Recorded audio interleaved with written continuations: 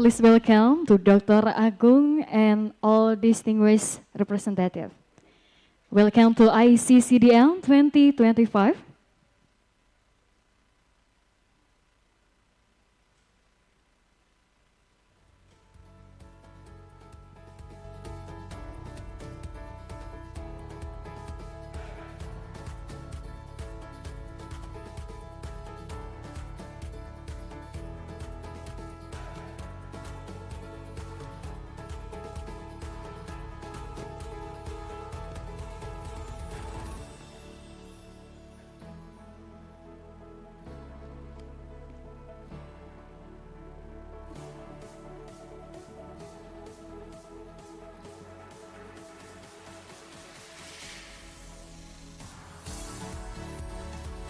Recording in progress.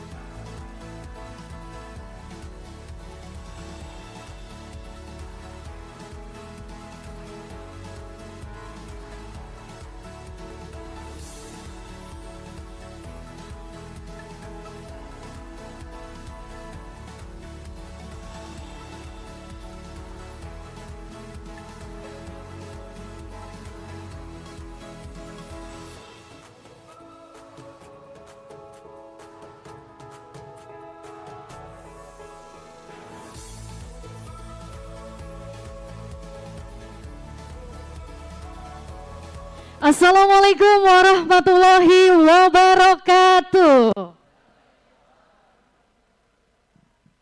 Good morning, ladies and gentlemen. Welcome to the first International Conference on Communication and Digital Multimedia 2025.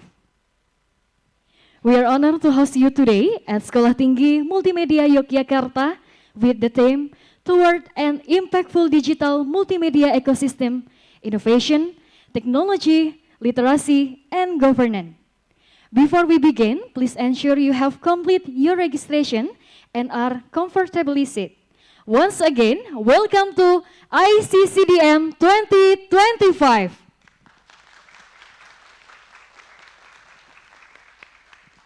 Ladies and gentlemen, to begin today's conference, we would like to present a special video showcase created by STMM students. This short film represents the creativity, innovation, and digital storytelling skills of our young talents, reflecting the spirit of today's conference. Please enjoy the screening. Miniatur keberagaman dengan penuh kenangan. Pada hamparan kisah menaut jiwa untuk berpetualang dan berimaji. Bak jendela kehidupan yang membuka cakrawala, pemikiran, dan kesuburan hati. Menyuguhkan ketentraman dan kenyamanan. Liuk cemari nan lentik, membawa mata pada angan yang tak terkedip.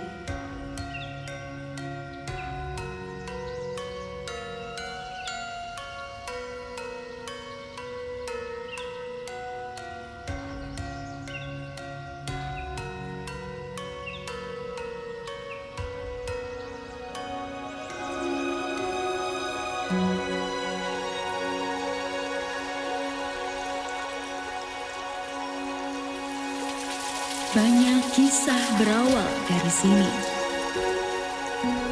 Desa Wanurejo.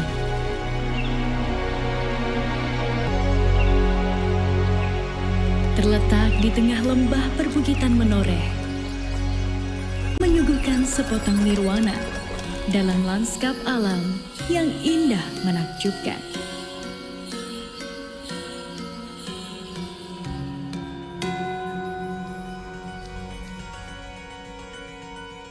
Bahu-membahu saling menjaga dan menghormati.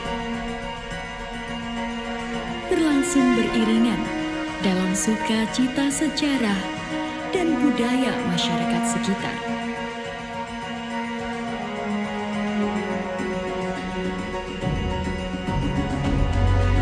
Serangkaian garis mewakili kepribadian dan kearifan uniknya.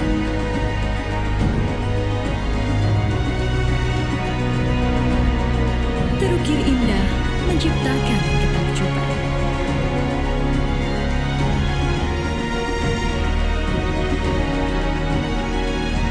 Roda berputar, menyimpan cerita tentang peradaban yang sebegitu panjang.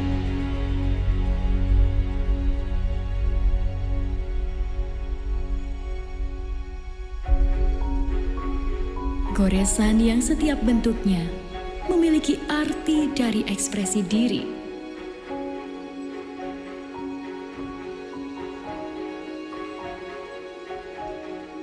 Sambutan hangat dan senyum ceria dapat dirasakan. Rasa syukur, harapan, dan ketetapan hati untuk merajut kebersamaan sejalan beriringan.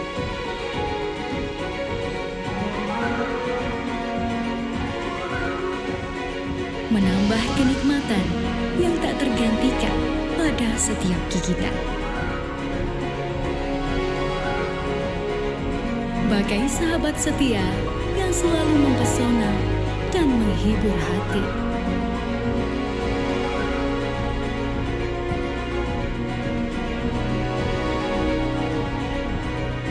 Inilah celah pandang untuk mengenal diri, dirimu, serta keberagaman yang meriah. Mendekatkan siapapun yang hadir terhadap masa lalu, kehidupan yang terus berlangsung, sekaligus harapan-harapan yang tak bertepi.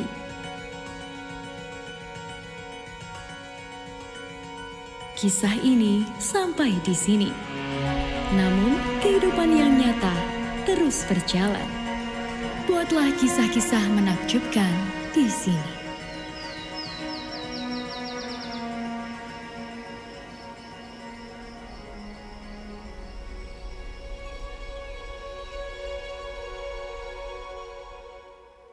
Special applause for STMM Yogyakarta.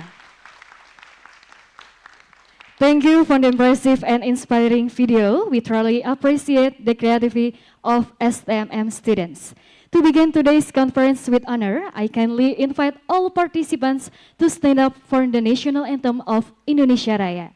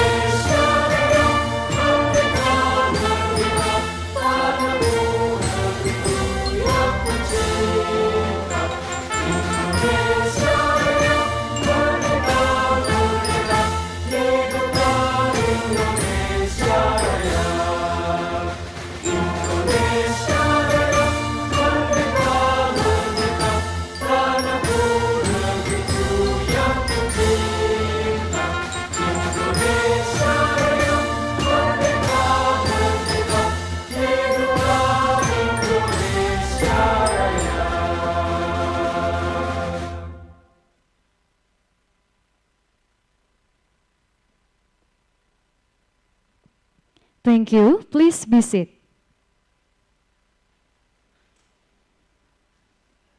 Ladies and gentlemen, next we are pleased to invite Dr. R.M. Agung Harimurti MCom, Head of STMM Yogyakarta, to deliver the welcome address. Please welcome.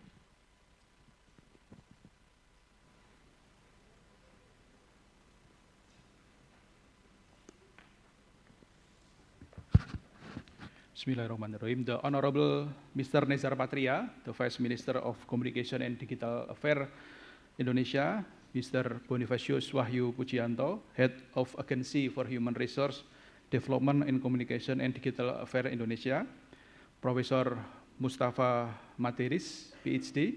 Thank you for your coming, Prof.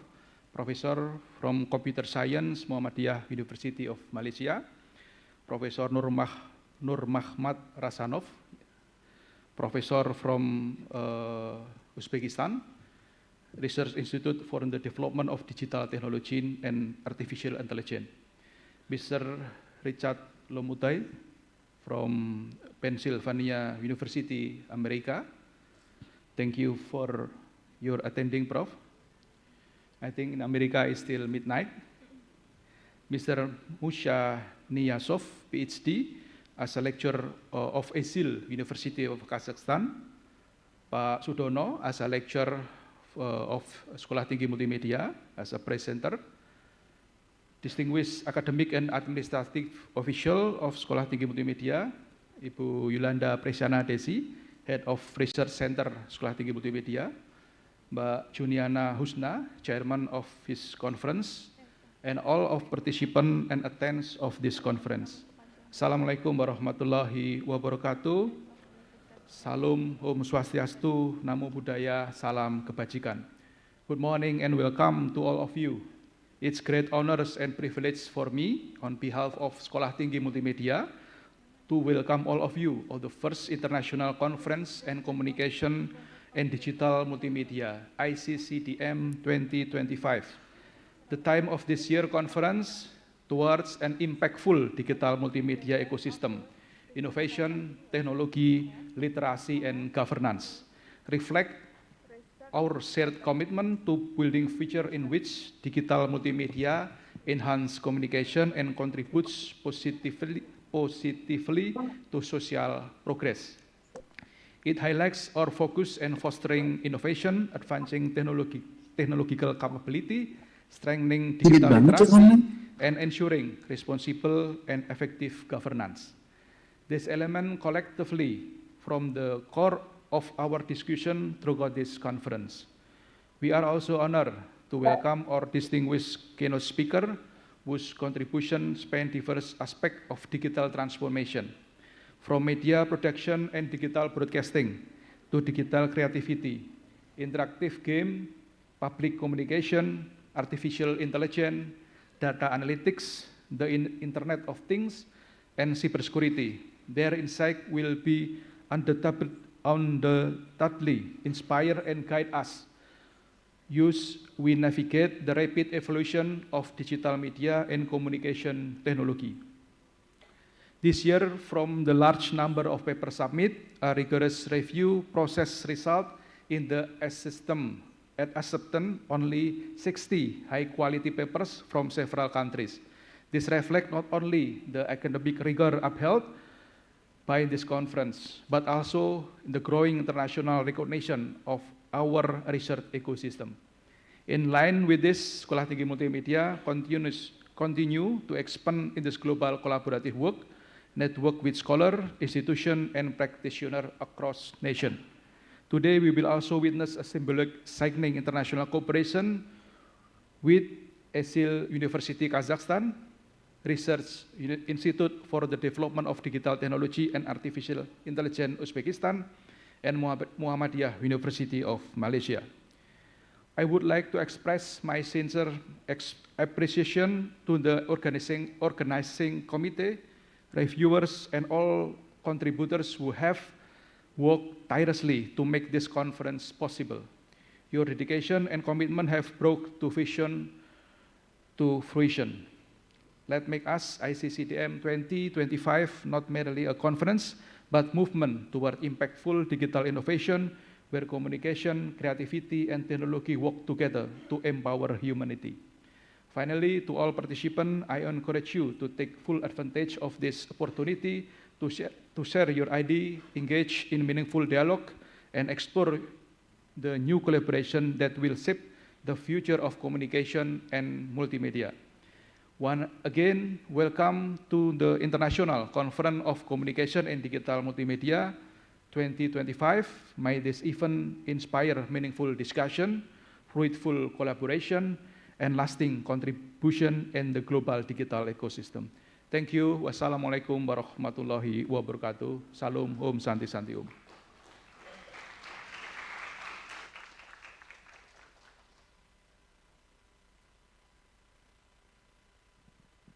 Thank you, Dr. Agung, for the warm welcome.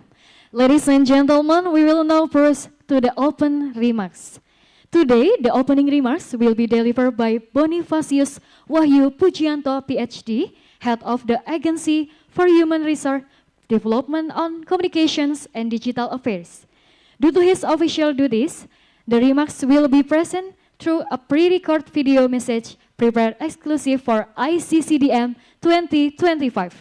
Please direct your attention to the screen as we play the remarks recording. Very good morning, ladies and gentlemen. First and foremost, we are grateful for the blessing that enable us to gather and begin this important conference at STMM Yogyakarta.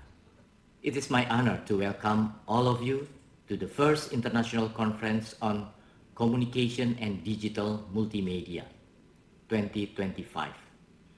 We are truly honored by the presence of distinguished guests representing academia, industry, and government who have joined us to engage in meaningful discussion, share value insights, and strengthen cooperation in advancing the frontiers of communication and digital multimedia. At this moment, I would like to recognize and warmly welcome our distinguished guests, Professor Mustafa Matderis, PhD from UMAM Malaysia, Bapak Rifki Syamsul Fuad from UIN Sunan Gunung Jati Bandung, as well as Bapak Agung Harimurti, Head of Sekolah Tinggi Multimedia Yogyakarta, and all lecturers and colleagues, and distinguished delegate, esteemed researchers, honorable speaker, ladies and gentlemen. It is a great pleasure for me to deliver my speech to all distinguished colleagues, visionary thinkers, and innovative creators who are shaping the future of digital communication and multimedia, even though I have to deliver my remarks online. On behalf of the Ministry of Communication and Digital, allow me to extend my sincere appreciation to STMM for organizing the first International Conference on Communication and Digital Multimedia, and to all of you for your presence and contribution to this meaningful forum. Ladies and gentlemen, now we are living in an era where information technology does not only support communication. IT has transformed many things. For instance, digital broadcasting, animation, interactive games, artificial intelligence, and data-driven content creation convergence into a dynamic digital multimedia ecosystem. This ecosystem is reshaping how society learn, express, and connect.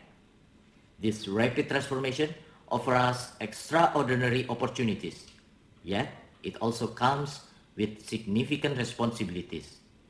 We must ensure that we guide technological advancement with ethical awareness, creativity, inclusivity, and a strong leadership in the digital domain.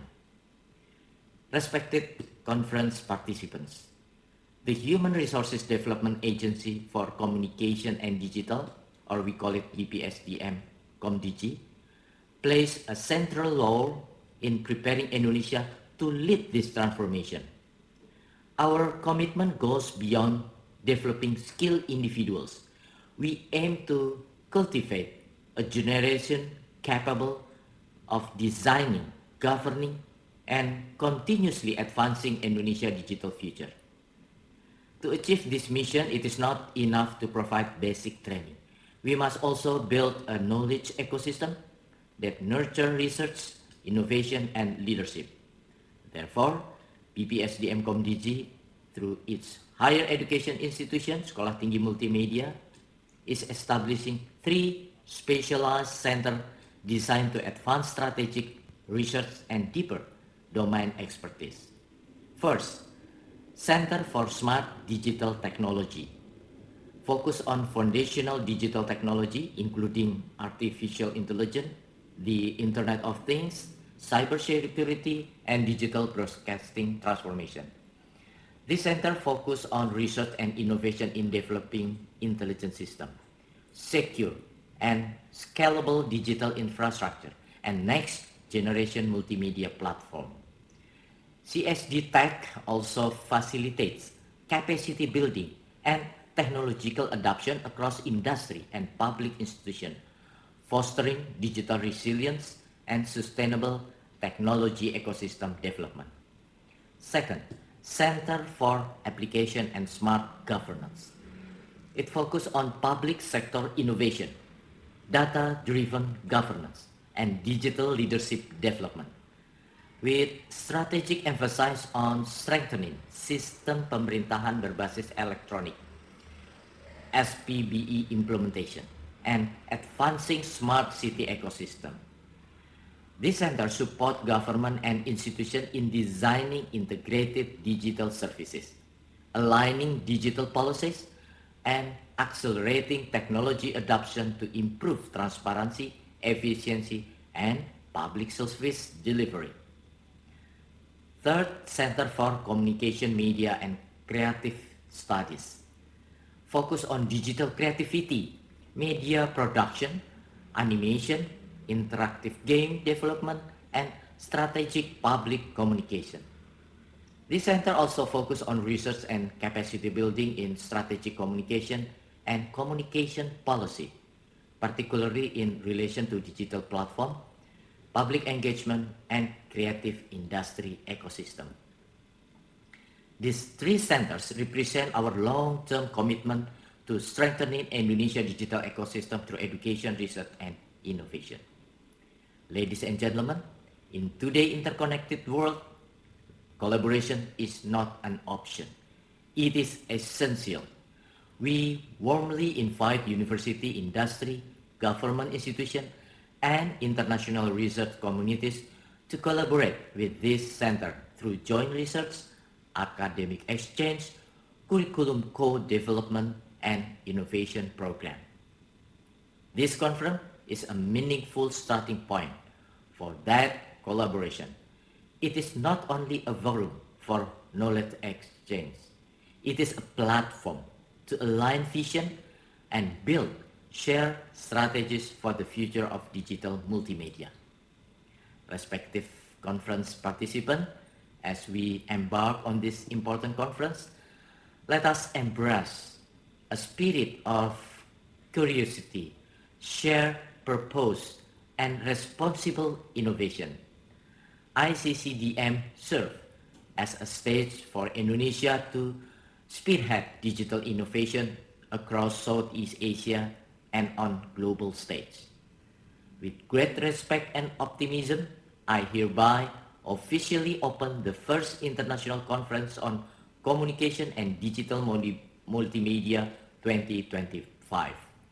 May this conference inspire insightful discussion, fruitful collaboration, and impactful contribution to the future of digital ecosystem. Thank you very much.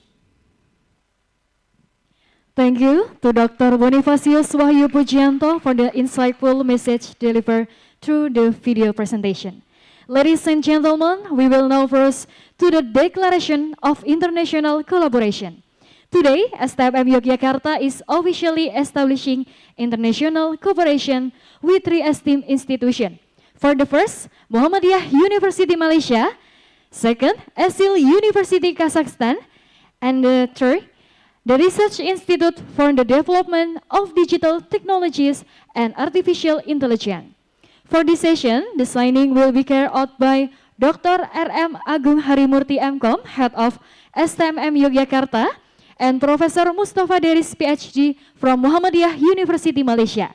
We respectfully invite Dr. Agung and Professor Mustafa to come forward to the signing table, accompanied by the Associate Head of Academic Affairs and the Head of the Research Center to come forward.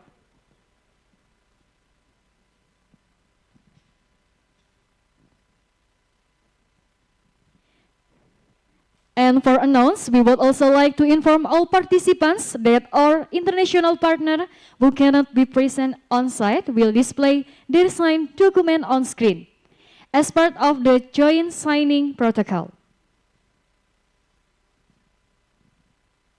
And the declaration may now be signed.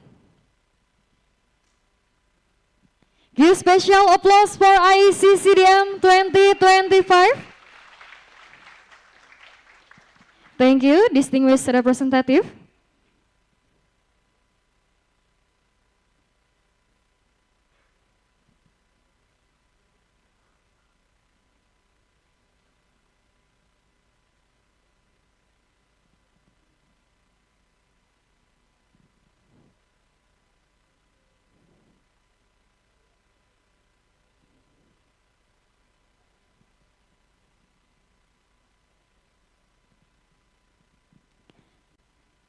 Thank you once again. We kindly invite Dr. Agung and all distinguished guests to return to their seat. Thank you. Congratulations on this meaningful collaboration. Ladies and gentlemen, we will now proceed to the keynote speaker 1. Today's keynote is delivered by Nezar Patria, SPhil, MSc, MBA, Vice Minister of Communications and Digital Affairs. Due to his official duties, they will be present through a pre-recorded video message prepared exclusive for Iccdm 2025. Please direct your attention to the screen as we play the keynote recording. Distinguished Head of Human Development Agency of Ministry of Communication and Digital Affairs, Dr. Bonifacius Pujianto, Distinguished Head of STMM Yogyakarta, Dr. R.M. Agung Harimurti, esteemed speakers, researchers, and participants of the first International Conference on Communication and Digital Multimedia 2025. While I regret not being able to join you in person in the heart of Indonesia's cultural and educational landscape, Yogyakarta, it is a profound honor to address this assembly of brilliant minds. Your commitment to exploring the future of our digital ecosystem is both timely and critical. The theme of this conference, Toward an Impactful Digital Multimedia Ecosystem, Innovation, Technology, Literacy, and Governance, perfectly encapsulates the strategic priorities of the Ministry of Communication and Digital Affairs. We are not merely observers of digital age, we are its architects. Ladies and gentlemen, we stand at an inflection point, a moment defined by the rapid, pervasive, and often disruptive force of artificial intelligence. AI is not just a new technology, it is a new paradigm that is fundamentally reshaping the very nature of communication and digital multimedia. The research presented at this conference highlights this shift. As one study notes, the media paradigm is moving from a linear centralized communication model to participatory modular and decentralized communication models. This transformation is now being accelerated by generative AI, which democratizes content creation. The media landscape is no longer defined by scarcity, but by an overwhelming abundance of content. Our attention, as another study suggests, has become the most valuable commodity, driven by 5 interactive components that drive media multitasking. This phenomenon of media multitasking, where individuals are constantly engaging with multiple media sources, underscores a fundamental change in how information is consumed and processed. Ladies and gentlemen, the AI era presents a triad of interconnected risks that threaten the integrity of our digital ecosystem. First, epistemic crisis. The ease of AI-generated content fuels the rapid spread of misinformation and deepfakes, leading to what researchers term epistemic crisis. The very foundation of shared truth is being eroded. Second, digital platform dominance, the algorithmic logic that governs content distribution is opaque and often prioritizes engagement over accuracy, reinforcing the digital platform dominance that challenges the sustainability of traditional media and the diversity of voices. Thirdly, talent gap. Despite the immense potential, Indonesia faces a significant digital skills deficit.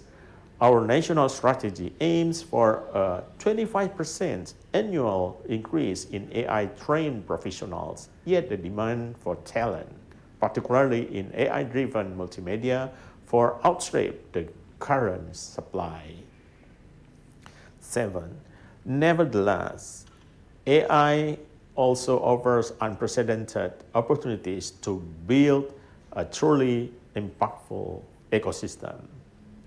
Innovation in content, for instance, AI tools can augment human creativity, enabling personalized, hyper-localized, and highly engaging multimedia content at scale, driving a new forms of digital journalism and artistic expressions. And later, about enhanced governance, AI can be a powerful tool for good, assisting in the rapid identification and mitigation of harmful content, strengthening our digital governance framework, and ensuring a safer online space for all citizens. And then about economic growth, the government projects that AI will generate economic benefits of up to $366 billion over the next decade. The digital multimedia sector is a primary engine for this growth, creating high-value jobs and new industries. Ladies and gentlemen, this is where distinguished institutions like STMM Yogyakarta and all of you, the academic community, become indispensable partners of the government and the industry. The future of our digital sovereignty rests on your response to this dynamic. I propose a recommendation for this conference and for the academic year ahead, centered on three critical pillars. Firstly, talent development and curriculum reform. We must move beyond teaching tools and focus on teaching principles. Our curricula must integrate AI ethics, data literacy, and critical analysis of algorithmic influence. It means training students not just to use AI, but to build, govern, and question it. Secondly, industry linkage and applied research. The gap between academic output and industry needs must close. We must establish robust practical linkage where students and faculty collaborate directly with the digital industry on real-world challenges.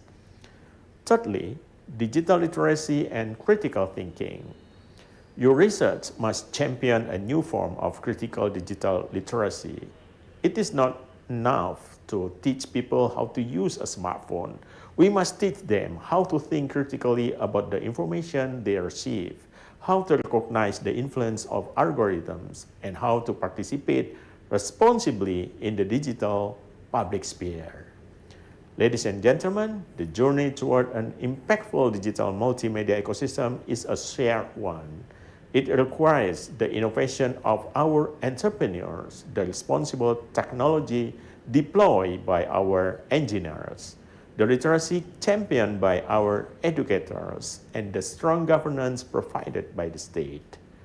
Let us leave this conference not just with new knowledge, but with a renewed commitment to forge a digital future for Indonesia that is ethical, prosperous, and truly impactful.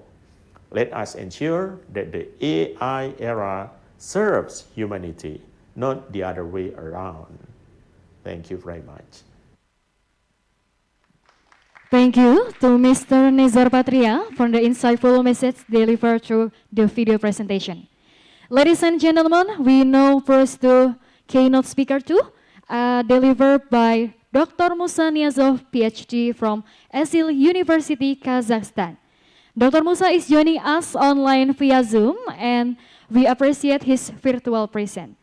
Dr. Musa, the screen is yours.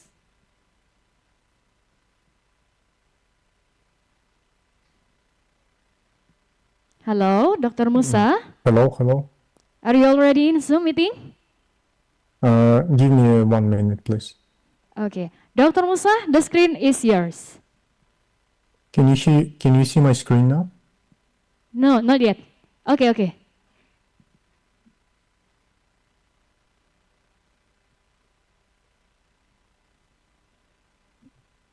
So okay, I can hope that you see my screen.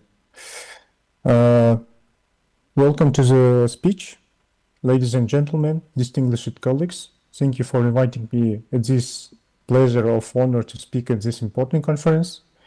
I'm truly delighted to share the insights on the topic in both timely and transformative digital leadership and social transformation in Kazakhstan.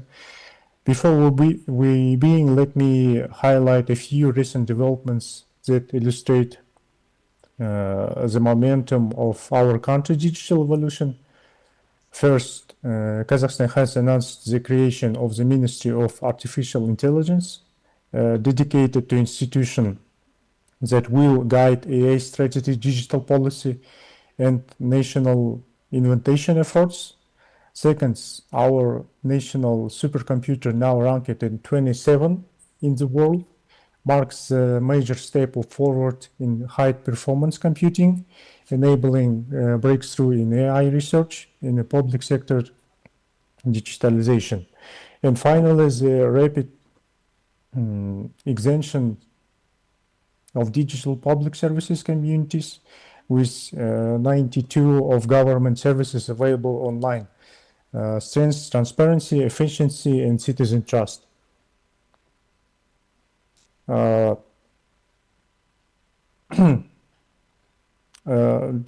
me see the agenda. The agenda includes the goal of digitalization trends supported by international statistics, Kazakhstan national strategy, analytical definition, digital leadership, sector-specific innovation outputs, social transformation indicators, case of studies demonstrating applied outcomes, structural challenges, and evidence-based forecast for future development. Global context of digital transformation. According ITU, by last year, the global internet penetration has increased to the 77%, with mobile broadband covering with 95 of the world population percent. The post-pandemic period accelerated digital adoption. Users of digital governance services increased by 32% globally, while remote work adopting grew by half of this percent on OECD countries. Digital transformation is now a structural global phenomenon characterized by extensions of data, rapid adoption of AI and automation, increasing importance of cybersecurity, shift traditional public administration of digital governance.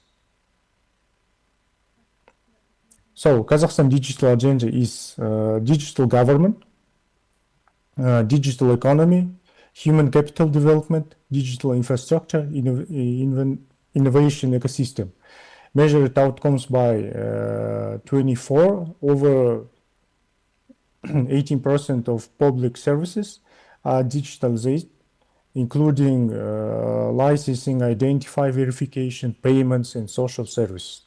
Digital literacy reached by 83%, and urban by is rated by 83%, up from 61 in 2015. Broadband coverage 88 urban and 78 rural. ICT sector contribution GDP by 4.5%. So now you can see the best companies on our country who defining digital leadership. Digital leadership defined by academically as ability of institution to integrate technology, governance, and human capital to achieve measurable socioeconomic outcomes. OECD frameworks emphasize four components: strategic vision, institutional capacity, innovation capability, human readiness.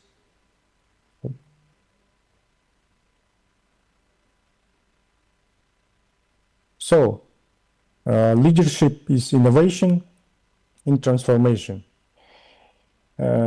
Empirical studies show that digital transformation follows a three-stage chain: leadership, innovation, in institutional transformation.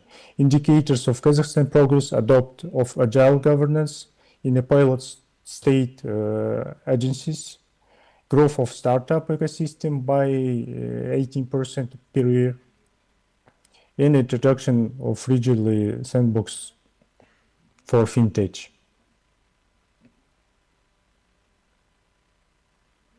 Innovation digital services, fintech, telecom, e-governance, Kazakhstan strongest in innovation sectors. Case statistics: no cash payments. It's now 78% of all transactions in our country. In the first picture, you can see the Kaspi KZ MAU of about 13 million users. By country, we live 20 million. 4G population coverage by 96%, and 5G is about 50% in our country. So over 400 digital public services in eGov and available now in online. Everyone knows Kaspi. Kaspi is a quantifiable example of digital leadership. Now, market capitalization is about 20 plus million, and they have 20 millions of users. Over 60% of e-commerce transactions go through the ecosystem. High transactions reliability and customer satisfaction ratings. eGov in Smart Almaty eGov is offers by 400 services, reducing and demonstrates cost by 70 smart Almaty integrates. It's a transport sensors, environmental monitoring, digital maps, predictive analysis. These initiatives align with ITU and Smart Sustainable Cities framework. So the human side of transformation, digital transformation requires digital literacy is 83%, acquirable access, trust in institution, and cybersecurity awareness. So we have challenges. Kazakhstan measured constants include its rural digital divide, 18 to 20 percentage points, rising hyper incidence, plus 34 by last 2 years, and annual ITC talent strongest by 30,000 specialists per year, and 89 dependency on foreign software.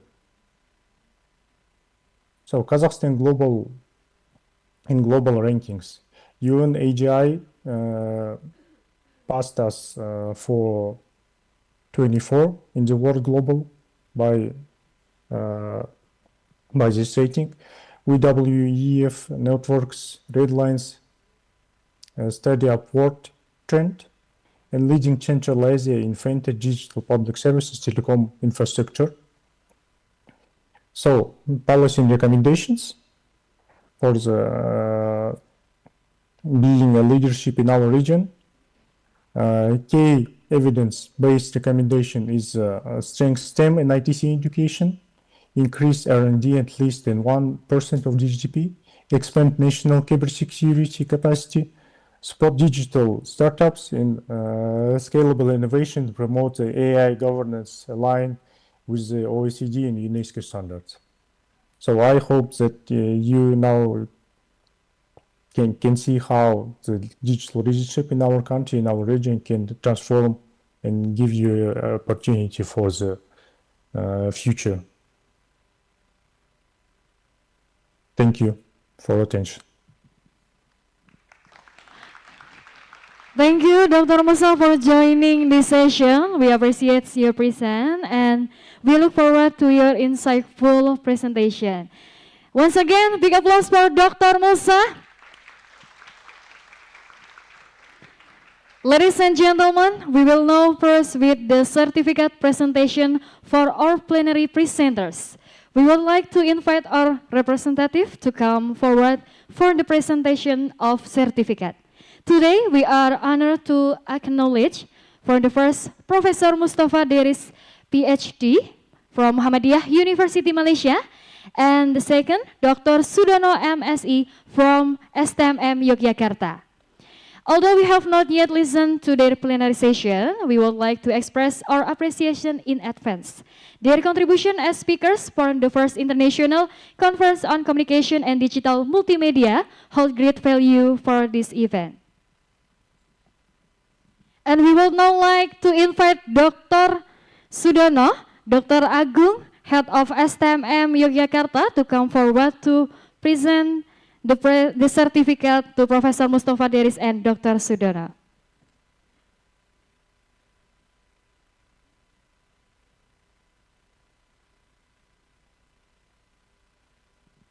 May we kindly request the certificate to be present. Give applause for Iccdm 2025. And the second for Dr. Sudono, MSc from STMM Yogyakarta. Now invite our documentation to capture this important moment. Okay, please look toward the camera.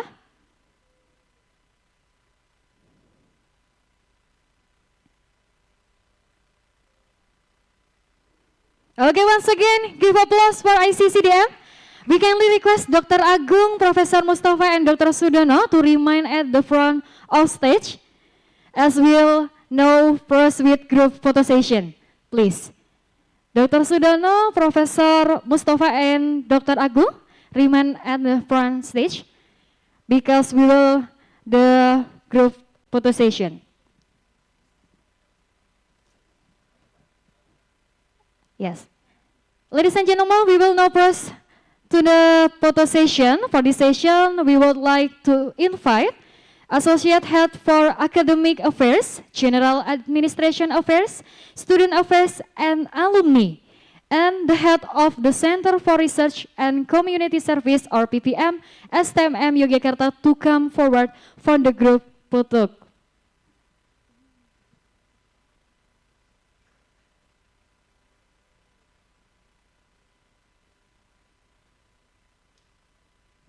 Okay. Okay, and now we take a photo with all participants to face the stage for the next photo.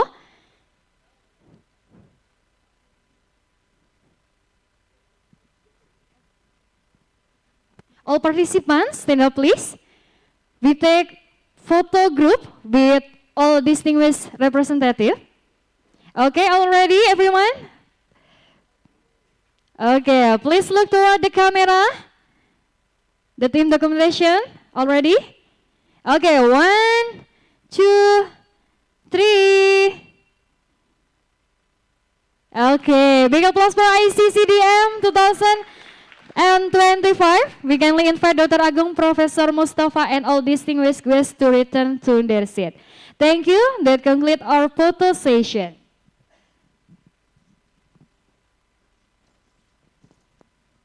Ladies and gentlemen, we will now transition to the plenary session, which will be led by our moderator, To ensure the session runs smoothly, I would like to invite our moderator to lead the next agenda. Ladies and gentlemen, please welcome our moderator, Sandia Farisa. The floor is yours. Thank you so much, Kadela, for welcoming me. Good morning, everyone! Welcome to the first International Conference and Communication and Digital Multimedia 2025. Toward an impactful digital multimedia ecosystem, innovation, technology, literacy, and governance. Ladies and gentlemen, we will now begin our plenary session. I'm Sandia Farisa, and you can call me Risa, and I'm a first-year student in STMM Yogyakarta. And I'm so honored today to be your moderator. So without further ado, let's call our amazing plenary speakers, shall we? Our first plenary speaker is Dr. Sudono MSI from the School of Multimedia, Yogyakarta. His work focuses on multiculturalism in media, public service broadcasting, and digital journalism. Pak Sudono, you may come to the stage.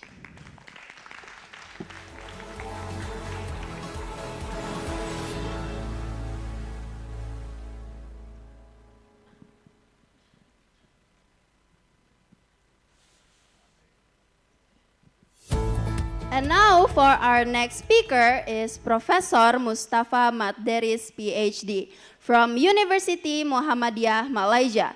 He is leading scholar in data science and machine learning with more than 260 international publications. Please welcome Professor Mustafa.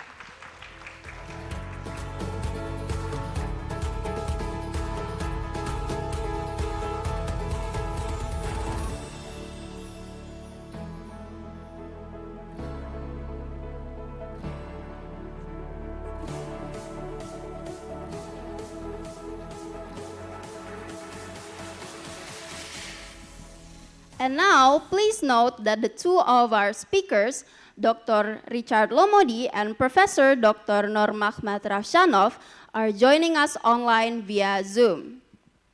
Our plenary speaker is joining us from Uzbekistan, Professor Dr. Nur Mahmad Rafsanov. He is an expert in mathematical modeling, environmental simulation, and AI applications.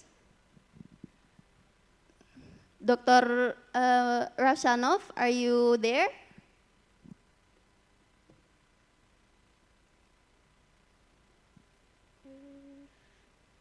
Can you hear me clearly, Professor Rafsanov?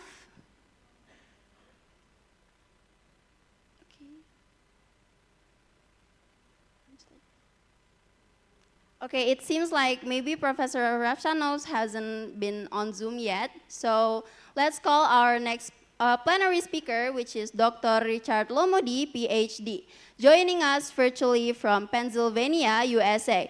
He is an associate professor specializing in information sciences, mobile computing, and smart systems. Professor Lomodi, can you hear us? Hello?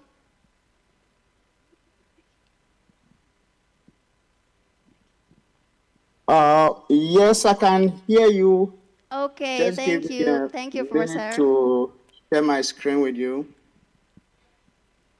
And without further ado, let's start our plenary session with our first plenary speaker is Dr. Richard Lomodi, joining us virtually from Pennsylvania, USA. Dr. Lomodi is an associate professor from Pennsylvania. His work focuses on information systems, mobile computing, and smart digital applications. He has contributed to various international research projects in intelligent systems. And today, he joins us virtually to share his expertise. Dr. Lomodi? Yes, please, can you hear me? Okay, we can hear you, yeah. How are you doing today?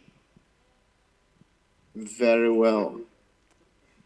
I hope you're doing well. So you may start your 15 minutes presentation and you may start now. Thank you.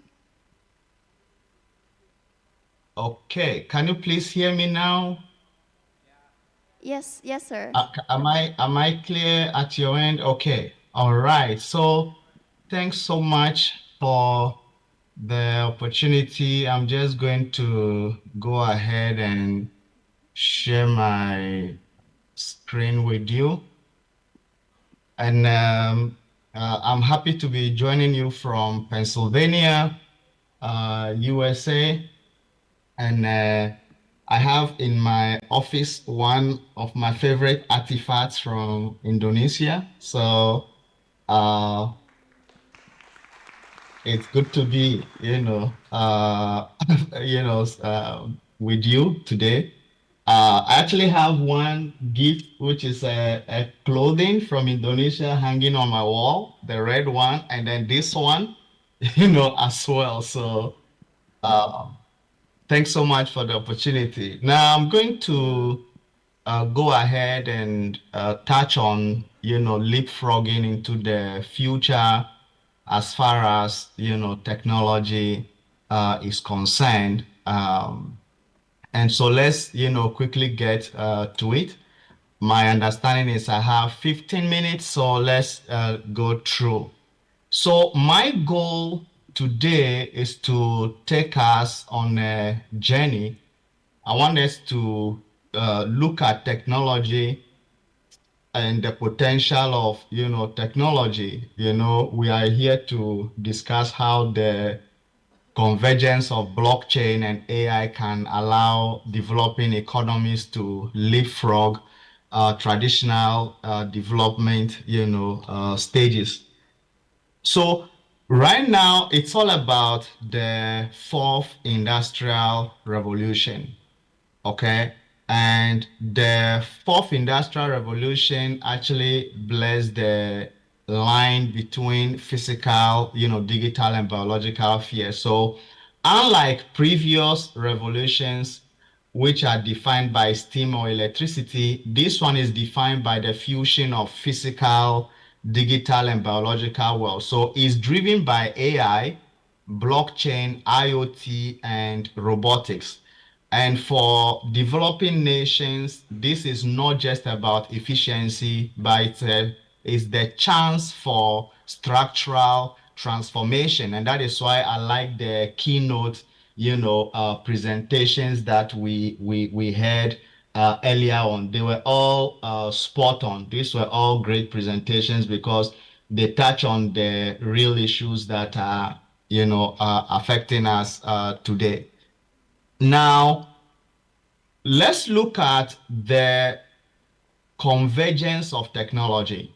The magic really happens when we combine these technologies. So we're looking at, think of AI as the brain and making decisions and finding patterns. And then think of blockchain as the nervous system, providing a secure and immutable record of truth.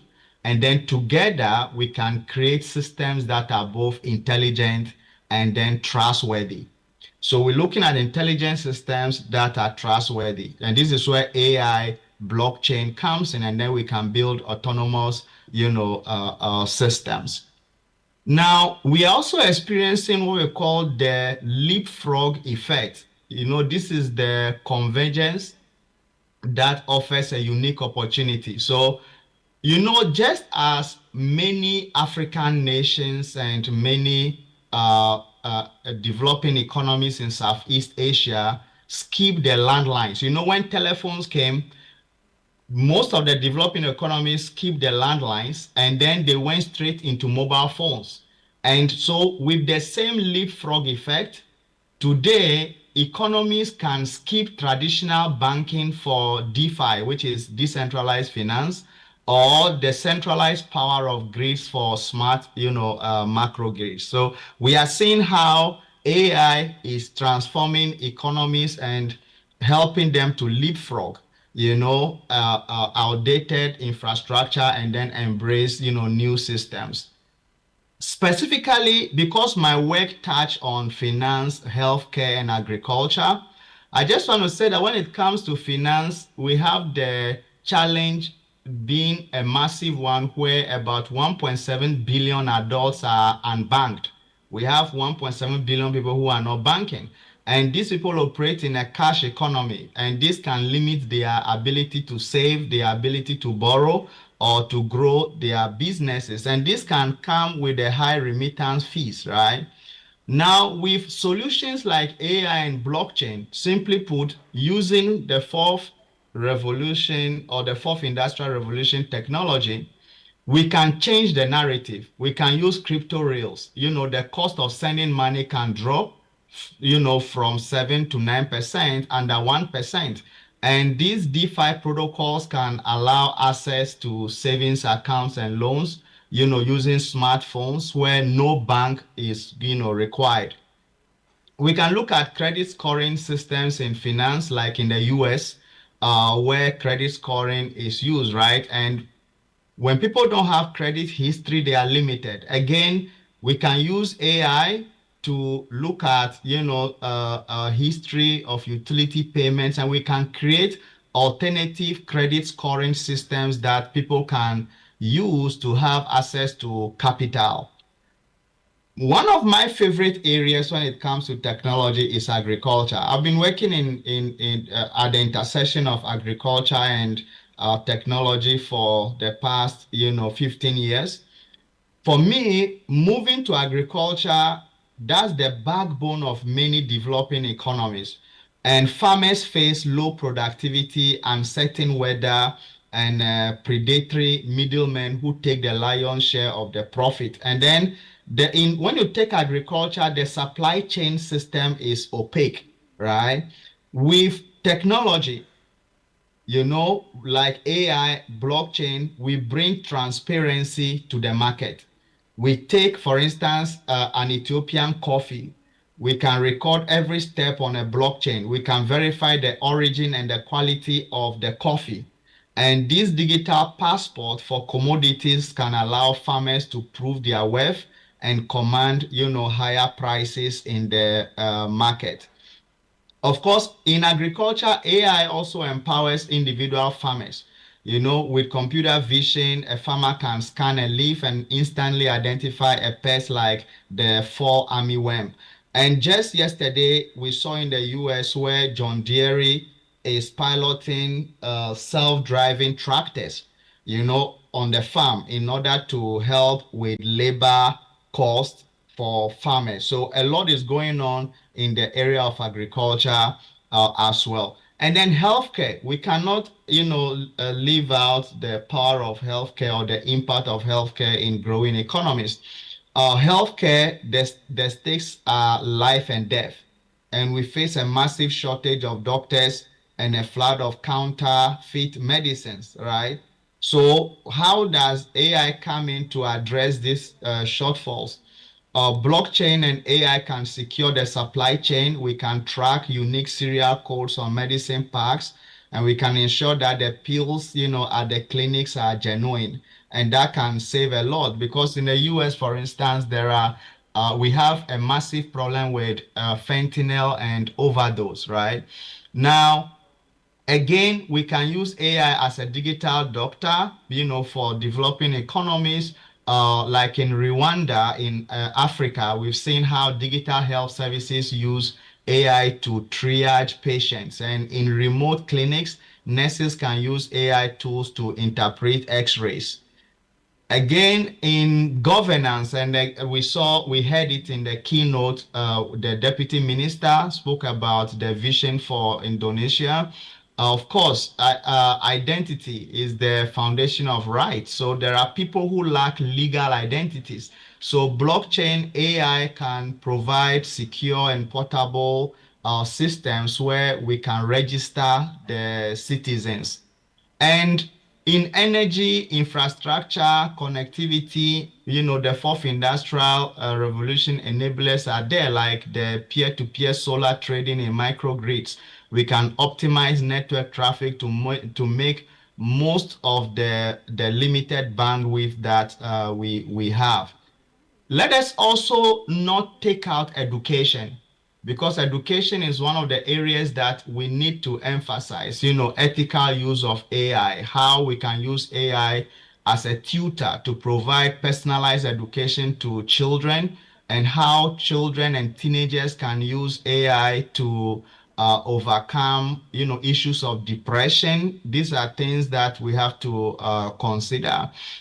We must also proceed with caution, because data privacy is paramount. We must avoid digital colonization, where data is extracted without local benefit. We must also ensure AI is trained on local data to avoid, biases. That means that if you are in Indonesia or I'm in the US and I need a model, I don't need to just take the model from Indonesia, and Indonesia also does not need to just take a model from the US. We have to look at the application of that data to the local circumstances that we have. And then we can talk about policy recommendations. Policymakers have a key role.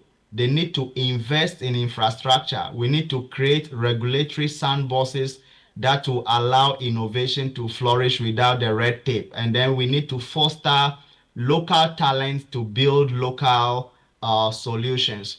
So the future for me, looking ahead at least 5 years, the path is clear. We are moving from aid to trade and from dependency to empowerment. And the convergence of these technologies will drive a more equitable global digital economy.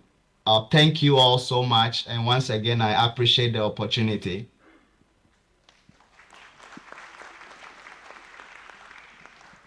Okay, thank you so much, Dr. Lomodi, for the insights on how smart and connected digital system these days. It's really interesting how our digital world is becoming more smarter and just connected every day. So, Dr. Lomodi, by the way, I heard you have some few things that you got from Indonesia. Have you ever been here before? No, the closest I've been to is Vietnam. But I've been to Kazakhstan, Vietnam, and back here, So, I see. yeah. And, but I have a friend who, was in Indonesia not long ago and got me that dress. And then this, I got, myself in an Asian market, and it has made in Indonesia, in it. Oh, okay. That's so Yeah. cool. Do you have, maybe you want to come to Indonesia sometime? Yes, this is the first event, right? So hopefully the next event I should be in Indonesia to present in person. Oh, thank you so much. Give applause for Dr. Lomodi, guys. Okay, Dr. Lomodi, I remind you to stay on Zoom because we will listen to all the presentations first, and then afterward we will have a Q&A session after everything, all the presentation is done. Thank you so much. Okay, thank you so much. All right. And now to our next speaker is Professor Mustafa Matderis, who is a senior computer science professor from University of Muhammadiyah, Malaysia. And he has over 260 publications and extensive expertise in data science, machine learning, and distributed systems. And today he will present insights on the future of data science. Okay, Professor Mustafa, how are you doing today?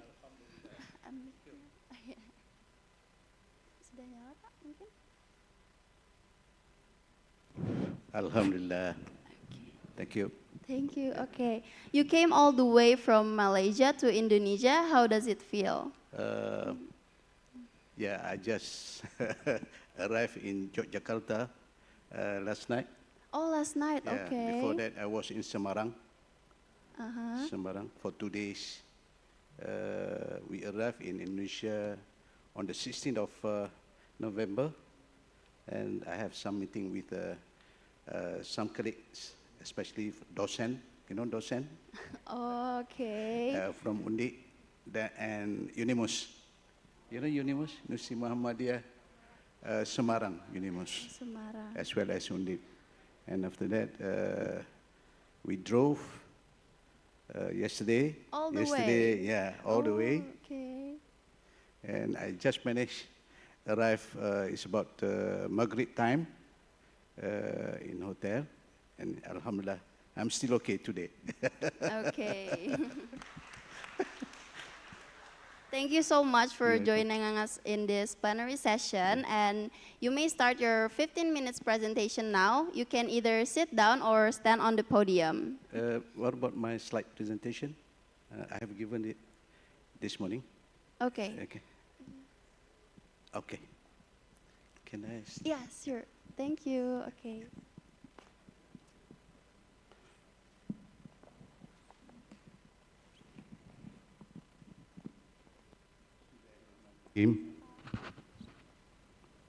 Alhamdulillahirabbil alamin wassalatu wassalamu ala asyrafil anbiya'i wal mursalin sayyidina Muhammad wa ala alihi washabihi ajmain.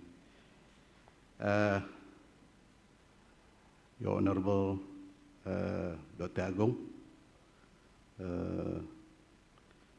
the head of Department of Multimedia, dosen from STMM, plenary speakers, or presenters. Assalamualaikum warahmatullahi wabarakatuh. And very good morning. Yeah.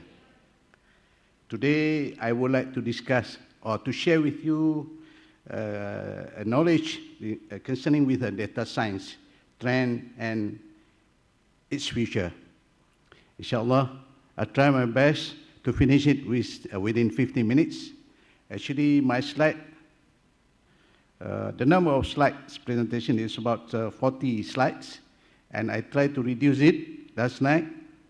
Alhamdulillah, we managed to come up with less than that. Then, hopefully, I'll use a bullet train or rapid train for my presentation. Hopefully, you don't mind, right? Otherwise, we cannot cope up with the 50 minutes presentation. Right. Next, please. Shall I? How do I? All right. Okay, thank you. What is data science? Data science is basically the study of structure of and the behavior of data. It takes from the word the science. What is science? Science is the behavior, the study of the behavior of the nature as well as universe. And therefore, data science is the study of the behavior as well as the structure of the data itself. That is the meaning of data science. And usually, with the huge number of data sites, we call it big data. And how to process the big data, usually we use the so-called machine learning approaches. And therefore, machine learning, you cannot run away, data science cannot be run away from the so-called machine learning.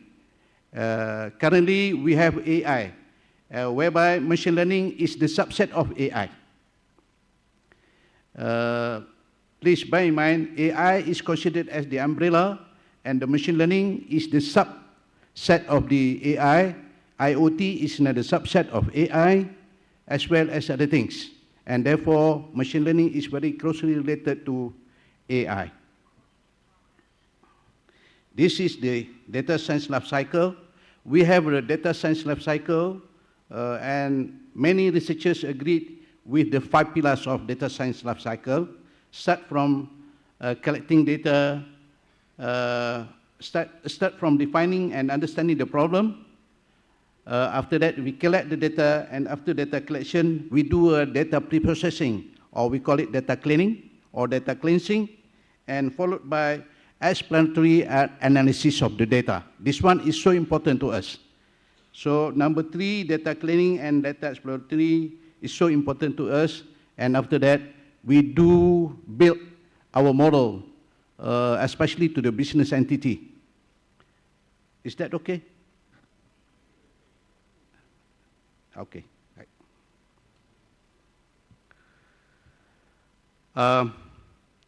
In other words, we have 5 pillars of data science life cycle. Number 1, with what I have mentioned just now. It's basically goes to the so-called capturing of data. And number 2, maintain. Number 3, process. Number 4, analyze. And number 5, model deployment. Model deployment is so important, especially to business entity, so that they can easily do a prediction or plan for their business in order to improve from time to time, especially when it comes to just CAGR. Do you heard about CAGR? Compound average growth rate. This one is so important to finance company, or important to every business entity. CAGR is so important to us, not only to business entity, but also to the academic entity.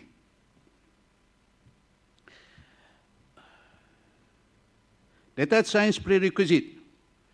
First thing first is machine learning. Number 2 is modeling. Number 4 is statistics. Those are prerequisites in order for us to become a good data scientist.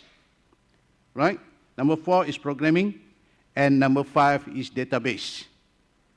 So these 5 things should be in our body, or should be in our mind, in order to become a good data scientist.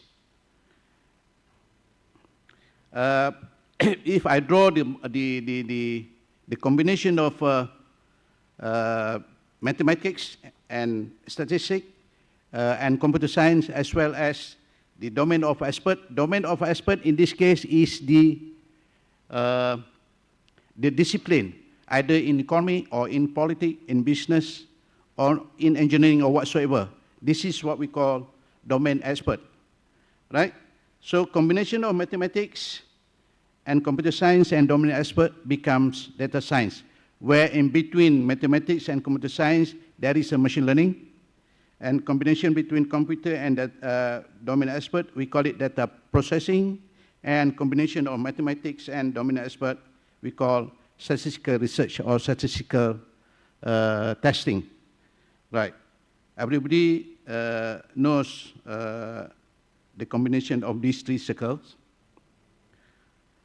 Data science tool, you are familiar with data science tools because the tools is available now in the market. And for instance, data analysis such as SAS, Jupyter, or SPSS, those are data analysis tools. And especially on SPSS, the price is very expensive actually. Data warehousing, AWS, data visualization, Jupyter, and machine learning, like Azure.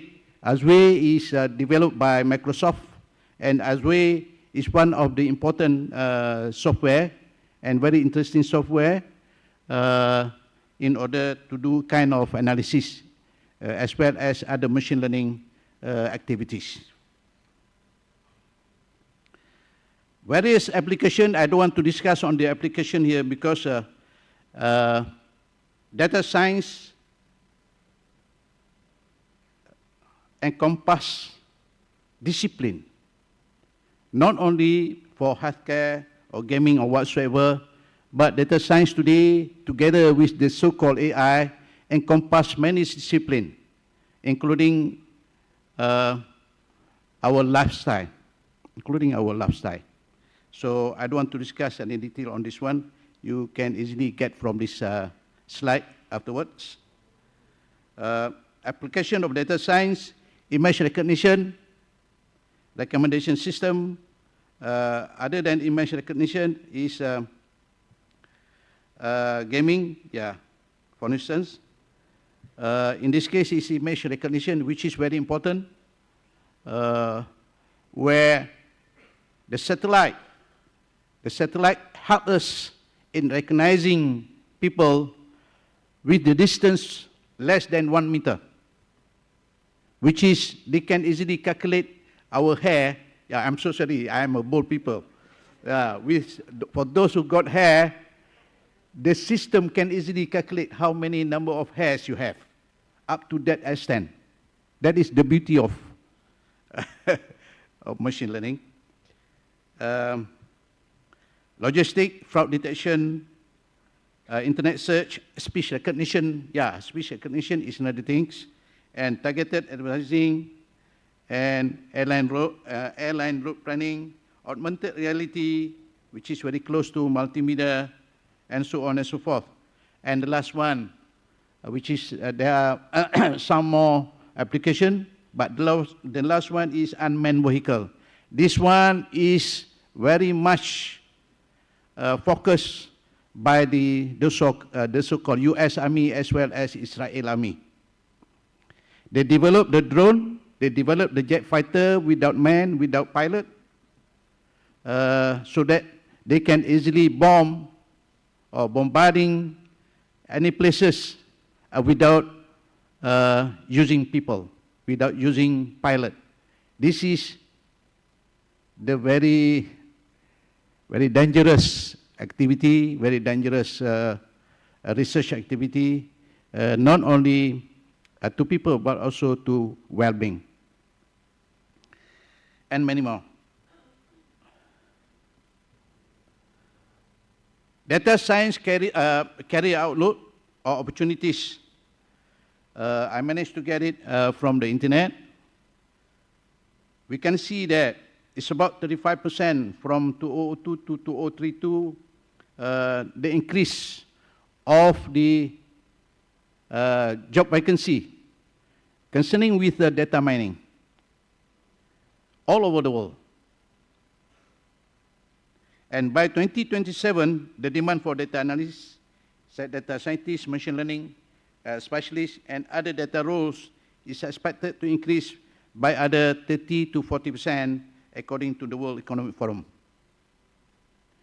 In other words, for data analysis or for the data science, which comprises of data analysts, data scientists, data engineering, and many more, they have a lot of opportunity to get the so-called that kind of job to all over the world, from all over the world. Especially in Singapore, they're very close to Indonesia as well as Malaysia. Singapore require more than 1,800 job concerning with data science, including data scientists or data analysts or data engineers whatsoever. In 2025, in 2025 alone. And yet, we have 1 month more to go, and still, it's not full. For those who have the strength in data science, you can browse through in Singapore, and you can try to apply for the job in Singapore.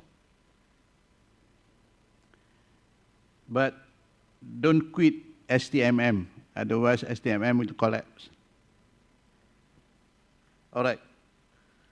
Where are we now? Many companies.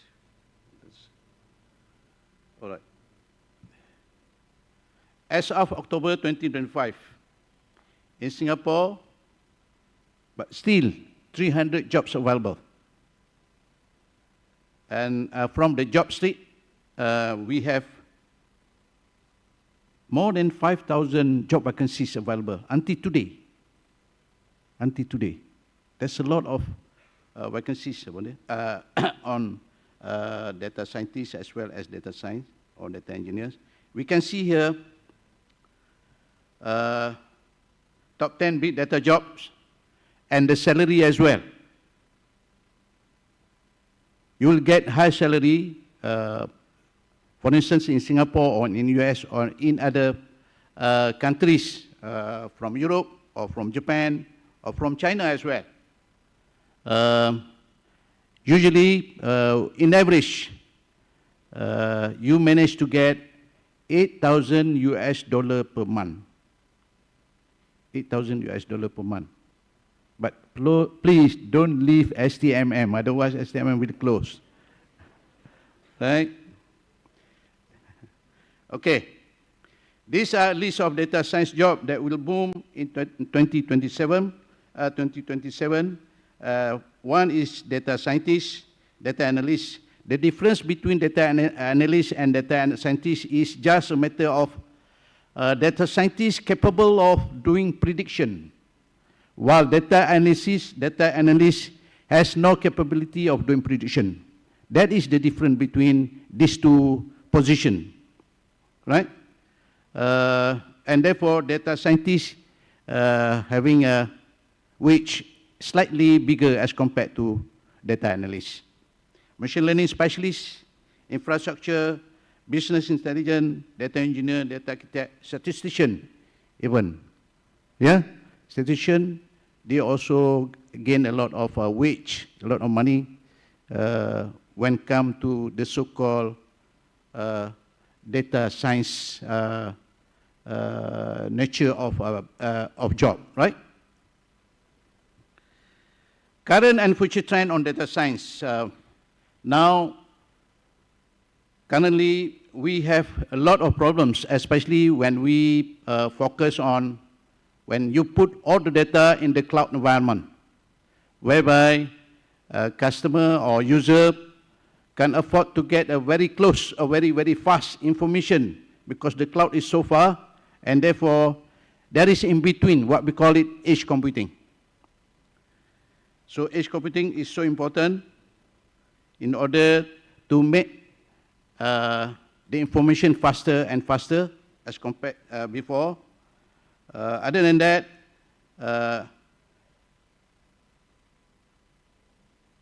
generative AI. This is generative AI.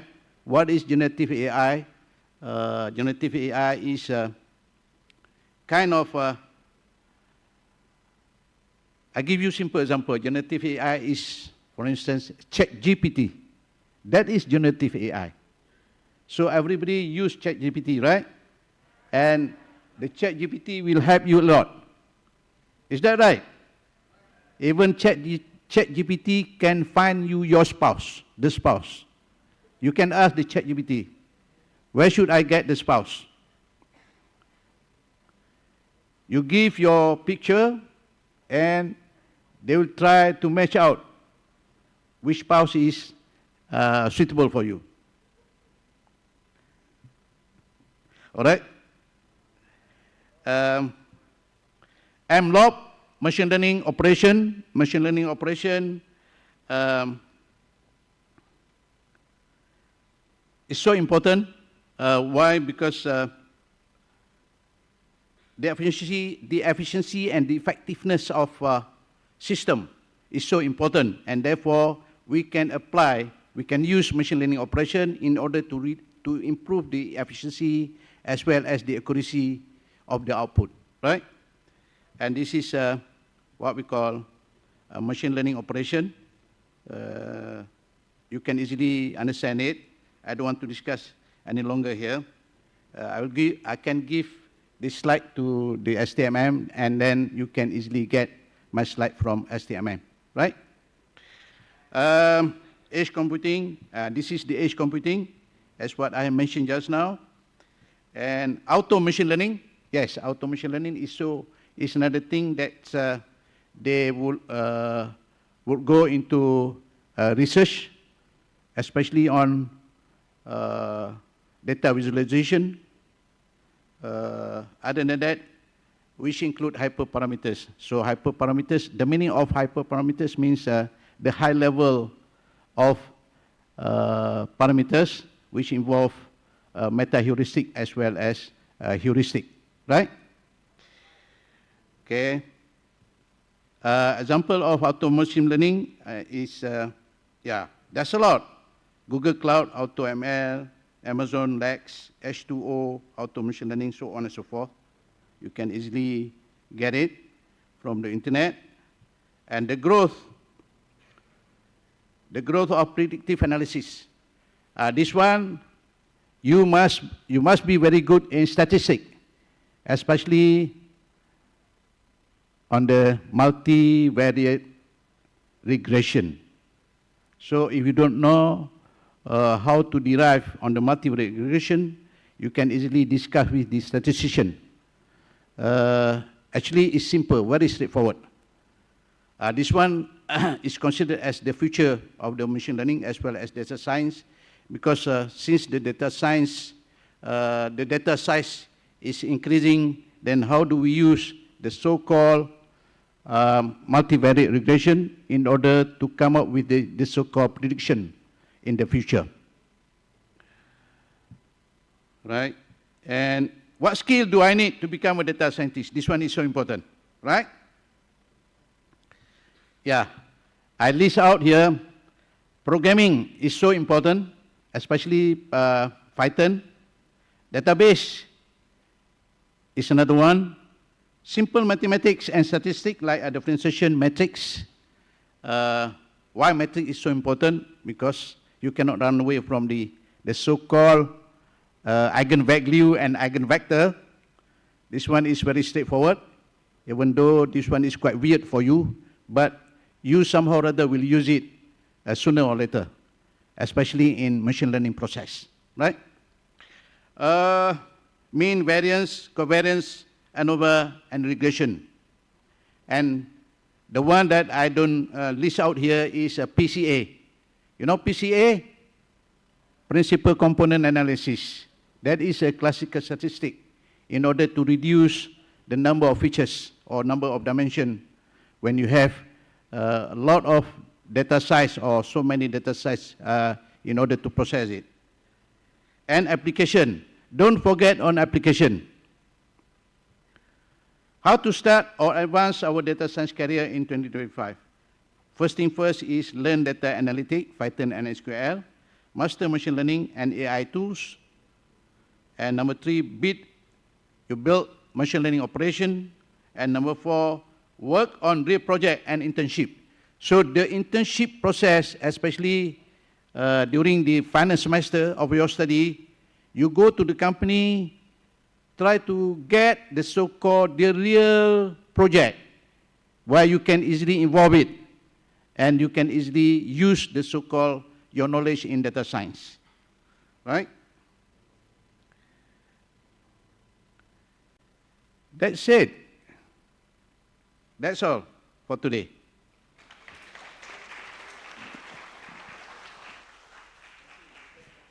Okay. Thank you so much, Professor, for the clear picture of data science and how its future impact. It's amazing to hear how data science and machine learning are shaping so many industries at once. Okay, thank you so much, Professor. Give applause once again. And now to our third plenary speaker is joining us online from Uzbekistan, Professor Dr. Nurmahmat Ravshanov. He is a specialist in mathematical modeling and environmental simulation from Uzbekistan. His research covers complex systems, atmospheric analysis, and AI-based modeling, and he joins us to share his latest work. Professor Ravshanov, can you hear me clearly?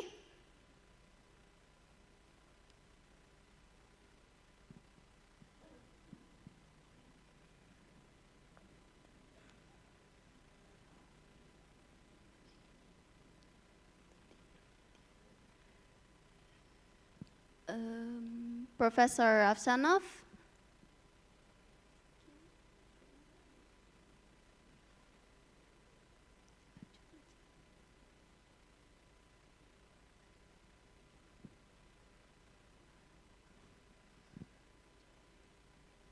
Okay, since Professor Ravshanov is not on Zoom right now, so maybe we should get going to our next plenary speaker, who is Dr. Sudono from the School of Multimedia, Yogyakarta. His research focusing on journalism, digital media, and multicultural representation in broadcasting. And today, he will discuss multicultural values in public service media. Right. Hello, sir. Good morning. Hello. Yes, morning. How are you today? I'm doing well. It's very nice. I heard you were a lecturer before in STMM. Yeah, I have been here working as a lecturer for several days, maybe more, several weeks, years, I mean, maybe more than 25 years. Ooh, Yeah, it's that's quite long, I so think. cool. We've never met before because Yes. I'm new here. Yes, you are the first semester, right? Yeah, the first right. Year. Yeah. Okay, thank you so much, Dr. Sudono. You may start your presentation now. You may sit down or stand on the podium. Okay, I think it's better to be there. Okay, Thank you. thank you.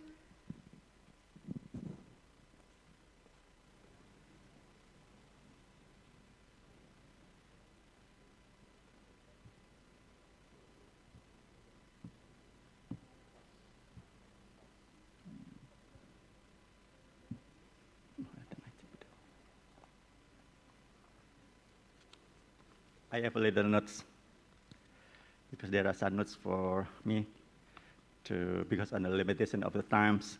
Good morning, ladies and gentlemen, and also all participants. It's my honor, really honor this morning to be here. And just like what the moderator said, that I have been here for several years. So far, I did relating to the journalism. So one of the subject I teach to the student is multicultural journalism. So today, actually, if those two plenary speakers are really talking about the digital or technical side, but in this case, now I would like to a little bit share about the conceptual values. I have an interesting topic already, reframing multicultural values in public broadcasting. This study is a comparison study. I would like to compare between Indonesia, Australia, Canada, and British, but focusing on public service broadcasting. And Indonesia would be represented by GVRI, and for Canada will be represented by Canada Broadcasting Corporations and BBC UK, British Broadcasting Corporation, and the last is Australia, ABC, Australian Broadcasting Corporation. This is a comparative study. The aim of my study, I want to know how public service broadcasting as one of the public sphere. They provide space for, let's say, discussion about ethnicity or maybe religions and everything as a public sphere in this one, in multicultural society. This is the aim of my study. Next come to comparative. I think I will not discuss clearly or deeply because of the limitation of the times, but I would like to a little bit share about the comparative, what I mean with the comparative methodology and approach. This study compares between those 4 countries I said in advance, Indonesia, Canada, British, and also Australia, focusing on the relationship or the relation between what their mandates in relation with the policy, practice, and PSB's digitalization. PSB means public service broadcasting. This comparative research is used to explain the variations and the similarity between public media systems in those 4 different countries, in order to answer the questions. How multicultural mandate of PSB could be realized under the policy, digital practice, to all those 4 different concepts. I think this comparison is in line with what the one author's name is Siforski. It's quite strange for me also. And June 1970, he had a concept, MTST, most different system design, and means that we can choose some different countries with different problems, different issues, let's say politics, economy, but they have the same problems. In this case, I would like to look about the public service broadcasting, how they manage the diversity in the digital era. Next, so we come to the first public service broadcasting, Canada. Yeah. Canada is Canada's national CBC as the Canada National Public Service with its mandate. This is the most clearest public service broadcasting among those 4 different countries. The mandate is reflecting Canada regional and multicultural diversity. It's listed or set out through Canadian acts. Yeah. So they also apply or implement very good policy, what they call it EDI, equity, diversity, and inclusions. This is the good way and as a public service broadcasting. So CBC, the Canada Broadcasting System, should reflect, they should reflect Canada linguistic duality, multicultural and multiracial, and they have a special place for indigenous people within society. It means that they have a comparable among all the peoples in the society. Okay, next. Actually, this is some word. Next, British. Okay, British. We know that BBC is the oldest public service broadcasting with a long experience, but actually they have right now quite problems, pressures economically and politically. And their mandate is set out through royal charters, an agreement between BBC itself and the government of United Kingdom, and basic mandate is to inform, to educate, and to entertain. And this is a little bit the same with us, like in Indonesia. But since 1990, they shift a little bit to the reflecting of diversity of United Kingdom, because this is a kind of history, because during 1980 until 1990, there was a large scale of migration from Caribbean, South Asia, and also from Africa. And at that time, British was very multicultural, and the government changed to reflecting the diversity of the UK. This is a kind of politics. Then, after the year 2000, the government, through the public service broadcasting also, and they shift to new one, that is a diversity and inclusions. BBC also adopts or implement of the concept of EDI, inclusion, diversity, and equity. Okay, and this is the inline what the author, one of the authors, that George Yu, 2012, that they shifted from the reflecting diversity, then changed to the inclusions because they want to avoid the words us and words they. So they want to really mix on together. But just like what I said in advance, the BBC right now have multi-dimension pressure. The first pressure, at least the first pressure is economic and political pressures. And secondly, challenge, digital talents and algorithmic also. I think in the world, every country have a challenge algorithm, particularly in broadcasting sectors. And the last one is the fragmentation and the social polarizations. Next, ABC, Australian.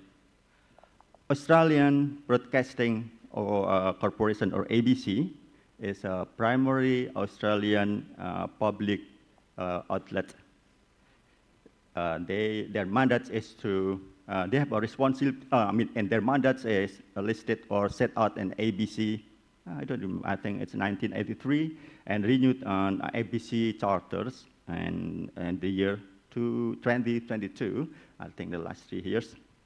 And their mandate is responsible in provide broadcasting programs that contribute to a sense of national identity and reflect to the cultural diversity of the Australian community. It means that ABC is responsible to keep the national identity and also social cohesion. Secondly, they should reflect cultural diversity, ethnicity, and also Australian geographically. Then, as additional public broadcasting of ABC, under the Australian Communication and Media Authority. So they are controlled by ACMA, Australian Community and Media Authority. Okay, next. The last is Indonesia, TVRI in multicultural context. TVRI now bases cultural plurality and broaden to the religions and also ethnicity, because now we are a very multicultural country. Yeah? So this is a quite what I say important. How then TVRI as a government belong to not belong to government, actually as a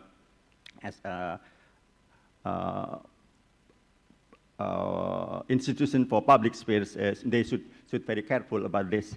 The mandate is national development and also social integrations, but still there is a gap.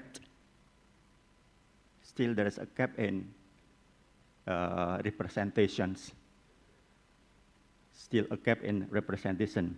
So TVRI needs to reformulate with their programs broadcasting to avoid their gaps, to make that multiculturalism is not only a kind of symbols, but it really becomes operational framework. So then it would be different kind of programs, and I suppose. TVRIs is under the Undang-Undang Nomor 32, the Law Number 32, year 2002, and also strengthened with some government regulation. I think one of them is Number 13, year 2005, about public broadcasting institution, or we call it LPP. Public broadcasting institution is independent one, neutral, no commercial, and they should give service to all peoples in Indonesia. And according to the research, the report of KPI 2023, and also a result of my research 2023, almost the same. Realization of multicultural policy still fragmentism and just a kind of ceremonial. It's not really reflects the multiculturality. That is the result of my research. Hopefully, there will be some other research concerning about this point. Next, empirical comparison, mandate versus practice. The comparison of analysis shows that CPC has a very clear mandate. BBC shifted to diversity. ABC focusing on localism, and TVRI still seeking the implementative form of nationalism value and pluralism. And we know that the digital era introduced new dimension, platform, algorithm, and minority content discoverability. And this is a determine how far public service broadcasting are really inclusive one. This is what the Hallin and Mancini said regarding to that one. They understand about that concept. So they write that the differences between those public service broadcasting, I mean, I compare with those 4 different countries about the public service broadcasting. They are very, very, very different. And the differences, according to Mancini, and they divide into 3 points: normal mandate, normative mandate, and institution policy, and social representation. And the last one is adaptation, digital era, and also algorithmic transformations. Okay.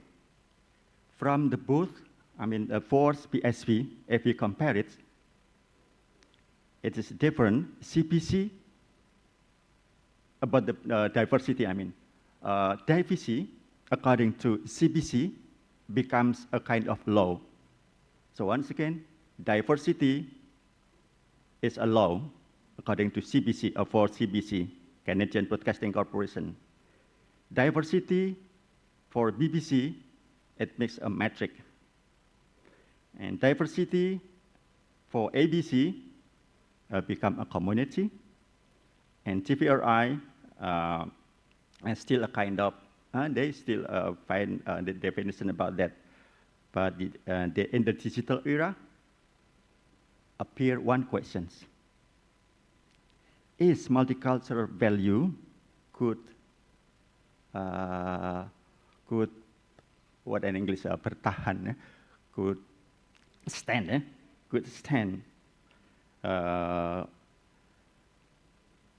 in the middle of algorithm? That priority is on the popularity. So we know that so far that just like TVRI or other public service broadcasting, in the past few years, they still use a terrestrial system.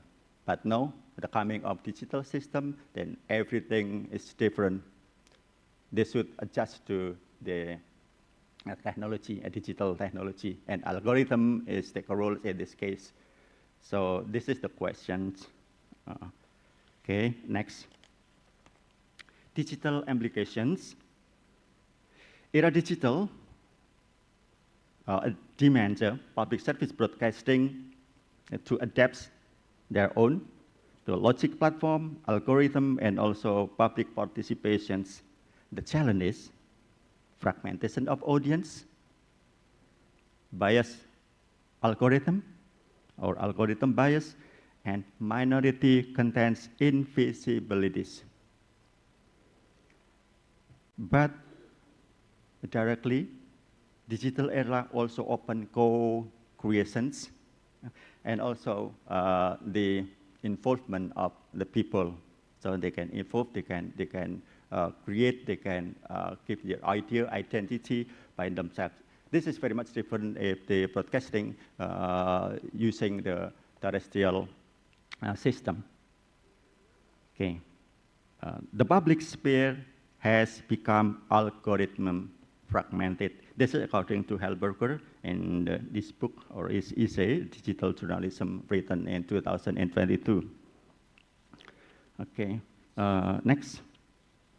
So finally, I try to make a recommendation about those, finally to TVRI. Recommendation number 1, establishing an explicit mandate for multicultural in public relation regulations. This is the first one. And the second one, developing data-driven accountability reports, just like ETI. And thirdly, strengthening minority contents productions and digital platform. And number 4, the last one, encouraging public participation and co-creations. This step will help TVRI transform into public media that is transparent, participatory, and reflective of Indonesia's plurality. And the last one, and conclusion, I think. Conclusion, PSB, Public Service Broadcasting, is a key actor in maintaining multiculturalism. The digital era demands a reframing of mandates and strategies to ensure a public media remain relevant. TVRI can learn from a practice of the CBC, BBC, and ABC in building a digital accountability or collaboration systems. Future research agendas include cross-cultural institutional academic collaborations and the development of community platform to strengthen digital social cohesion. But I think what I have right now is still need more insight, because maybe some other researchers can complete this essay, because I think it's not easy one to make a TVRI as a representation of the Indonesian. So it's many problems behind what I have already done. So this is my presentation. Thank you very much, everyone, and good morning. Okay, thank you, Dr. Sudono, for the strong message on media, culture, and ethics, and it's really meaningful points about multicultural values and how media shapes the way we understand each other. Okay, thank you so much. Thank you very much. Thank you. And now, since Professor Afshanov will be joining us a little later, so we will proceed with the Q&A session first. Ladies and gentlemen, we will open our Q&A session and we will allow 3 questions from the audience. If you have a question, please raise your hand, and when selected, please state your name and your question to the speaker you wish to ask, including our online speaker. Thank you. That one over there.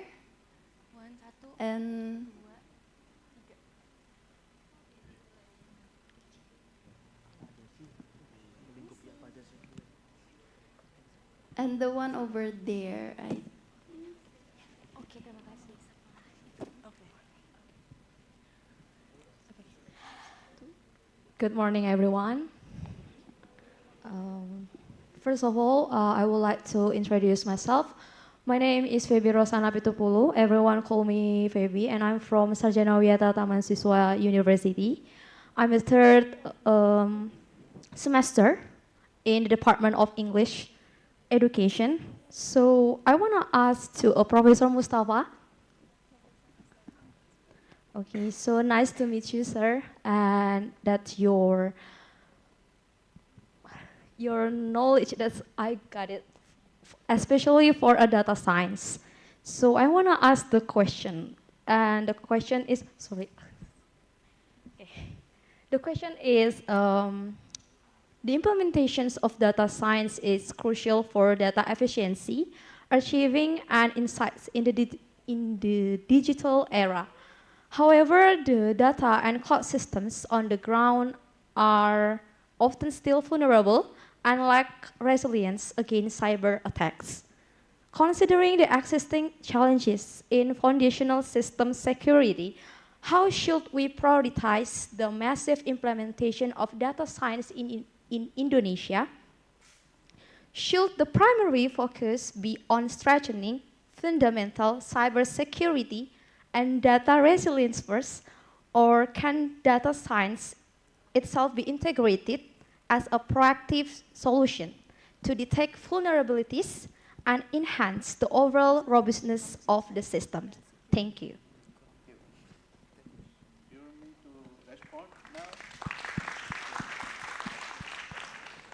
Okay, so the question Yeah. is, let me confirm. Okay, so you said that it's crucial for efficiency in digital era, right? And how should we prioritize the data science on Indonesia? Is that right? And should it be fundamental or? Should I the question? Sure. Okay, so the question is, how should we prioritize the massive implementation of data science in Indonesia?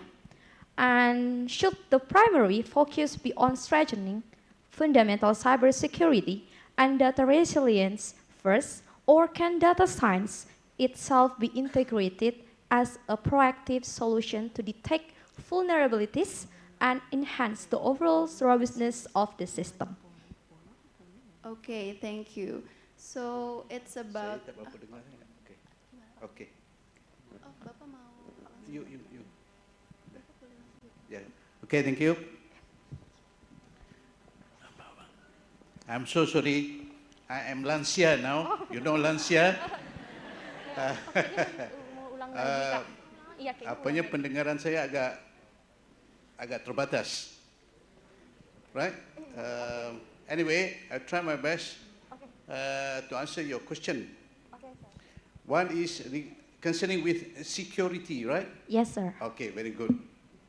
That is your task, right? So after you finish your S1, you continue or you should pursue your study concerning on security. Because as far as security is concerned, people are looking security anywhere, any place, anytime. So if you pass with S2 or S3, you can easily get a job with the high salary. Because security is so important. And we have limited number of people in security. Understand? And data science always looking for security people. You don't worry about that. It's your job to come up with a new approach whereby the huge data can be safe to everybody. Okay? Understand? Okay, sir. Yeah. Thank you, sir. Thank you so much, Professor Mustafa, for answering. And now to the second question, please.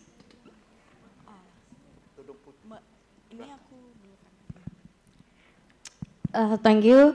I ask the question to Dr. Lamati. You mentioned a little mention that use AI technology for the children. And I would like ask about AI literacy for young learners. In Indonesia, screen time among children remains a major concern, especially due to the increasing exposure to digital device from an early age.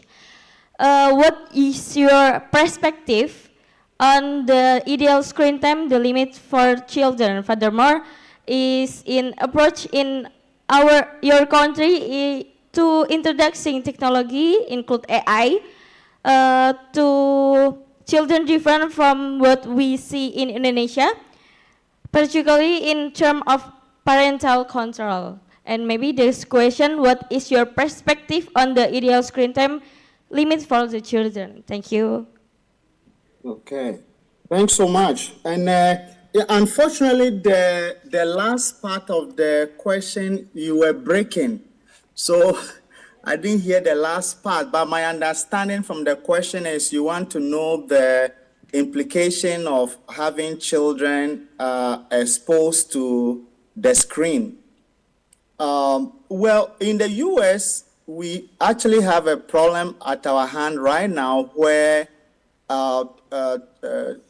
children are being exploited or are exposed to all kinds of, social vices and problems from predators. So when it comes to, pedophiles, people abusing children, people luring young girls, they do those through communication devices and some of these social media platforms. And also, if you are following the US news, you always find in the news about teenagers committing suicide because they are cyber bullied. And it's a big thing. Look, in my area right here, because you are asking about my perspective, and thanks for asking for my perspective.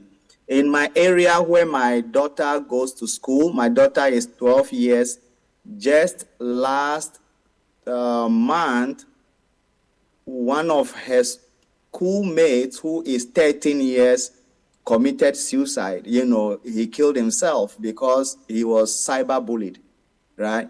So these are the vices, these are the problems, these are the challenges that we have. So on one hand, we want to teach our children how to use technology so that they can become tech savvy, so that they can get, exposed to advanced knowledge very early. That's the good aspect of it. The problem becomes the ethical use and the monitoring. Another problem is the type of content that the children are being exposed to. And this is a work in progress. We don't have any solution right now. This is a work in progress, and we have to come together as stakeholders, to collectively design programs that can help our children take better advantage of, technology. Now, in the US, I would say that there is easy access to technology, right? Compared to other regions or other parts of the world that technology is not common. For instance, the internet penetration rate is low. Access to high-powered, smartphones is equally an issue. That in itself will be limiting when it comes to the educational aspect of it. In the US, children are given homework and assignments, and they are supposed to complete their homeworks on their iPads, right?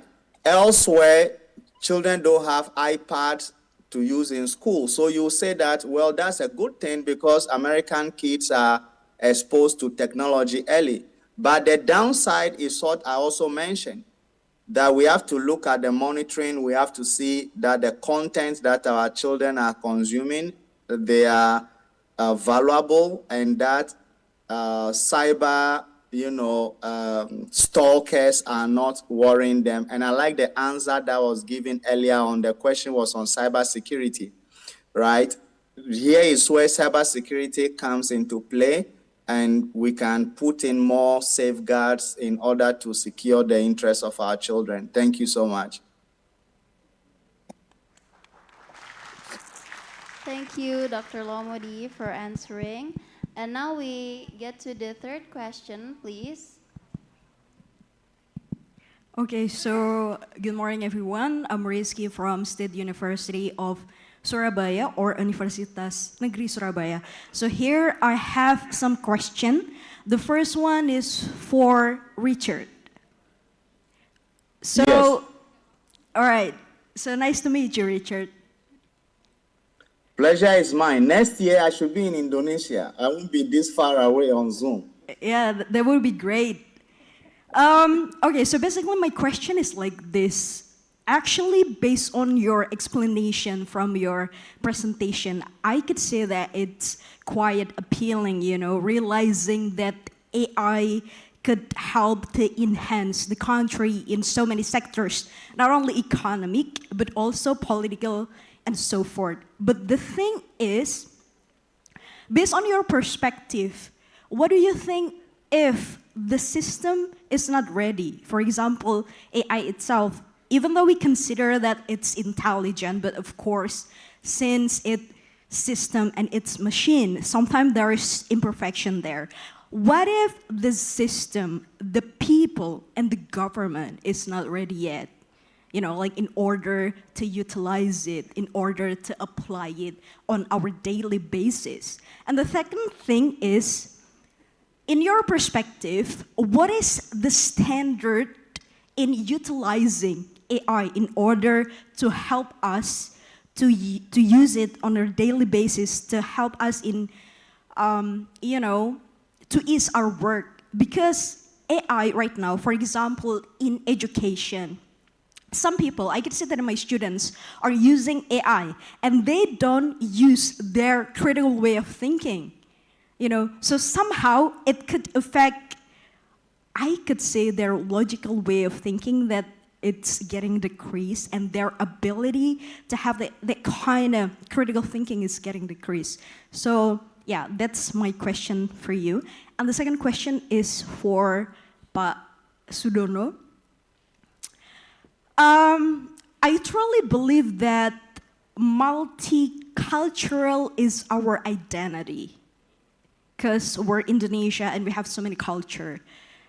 Based on your perspective, how we could ensure and integrate, you know, all of the great suggestion from your work that you've done, you know, like in order to keep that up, to follow that up, you know, like to keep that the work is going on in the long run. Yeah, because I do believe that there's got to be a lot of work, you know, like in order to fix this, right? So yeah, that's all my question. Thank you very much for the opportunity. Yeah. Thank you so much. So that's very, you know, thought-provoking questions right there. So let's start with the IQ. Well, some way, somehow, we are trying to redefine intelligence or smartness. In the past, companies were looking for people to hire, and they hire smart people. So a smart person or smart people were hired, you know, into positions as CEOs and, you know, directors. And in the past, a definition of a smart person is somebody who has an experience and good intuition.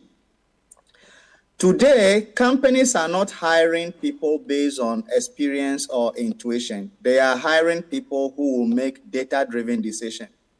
So being smart, that definition itself is changing from knowing to doing.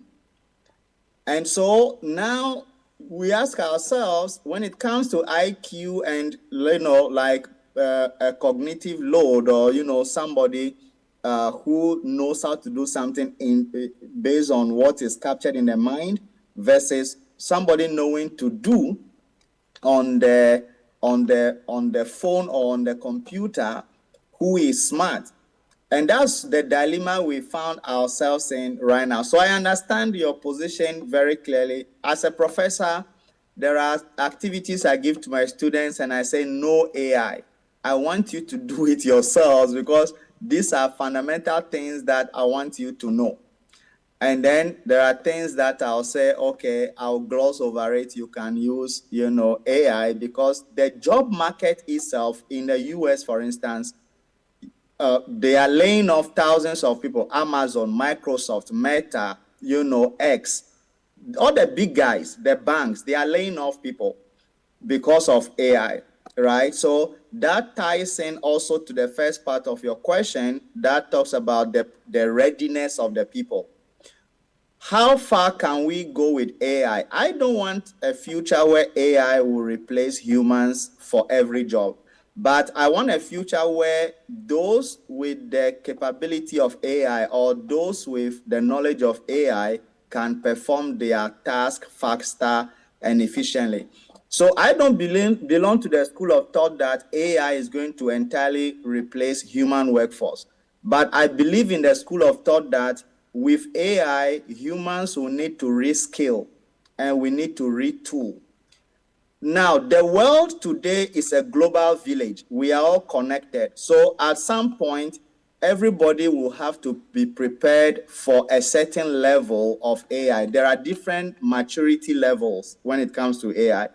But I mean, some economies are ahead, others are intermediate, and some are, beginning. But at some point, everybody is going to be climbing the AI ladder to a certain stage or to a certain degree.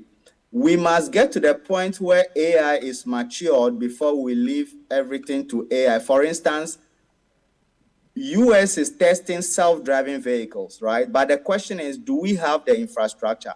Are our roads good enough for vehicles to be trained to drive themselves?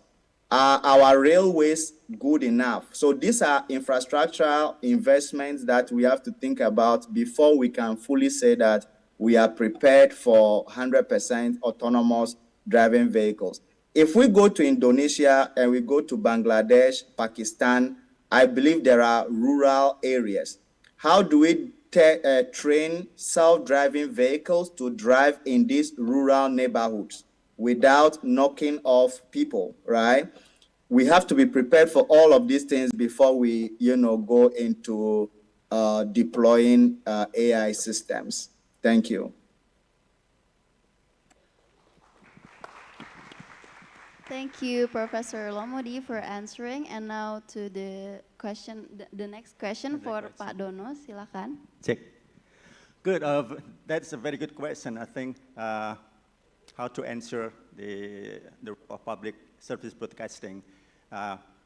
Just what I said in advance, still some problems about the public service broadcasting right now. If you want to answer about that, then there are some point, I think. Firstly, about technical. I said about technically in my presentation, human resource development. It's people should adapt the technology itself, but still also how to adapt the technology, also regarding to financial support and everything. And that human resource in that organization or institution should adapt the technology, but inside or outside of that problems, the money, politics, and everything. And that is the first one. And the second one is concerning to what I say, power, dominations, and also a total of public service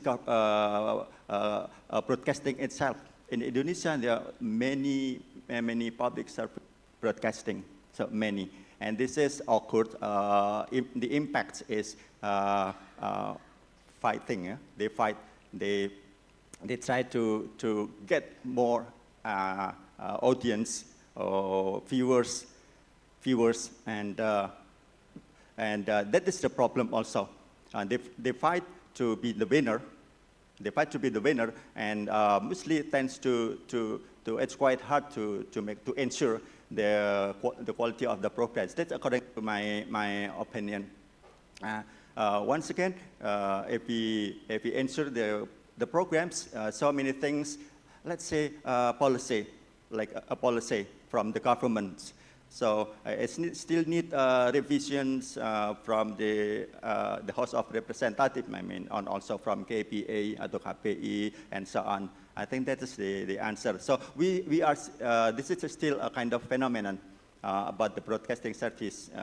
Okay, thank you very much. Thank you so much, Pak Sudono, for answering the question. And now I think we should check our last plenary speaker, who is Professor Dr. Nur Mahmad Ravshanov. He is a specialist in mathematical modeling and environmental simulation from Uzbekistan. His research covers complex systems, atmospheric analysis, and AI-based modeling. He joins us virtually today to share his latest work. Okay. Professor, can you hear me clearly?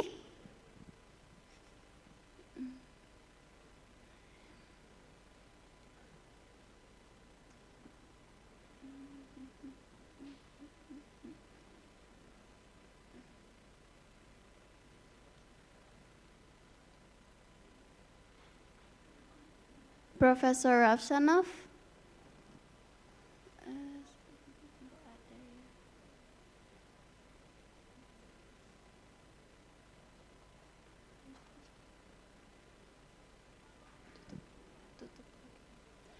Okay, I think Professor Rafsanov is not here right now, so while we wait, we're gonna have another Q&A session.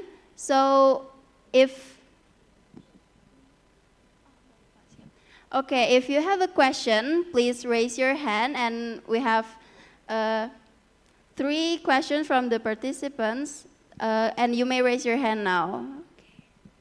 Satu di situ.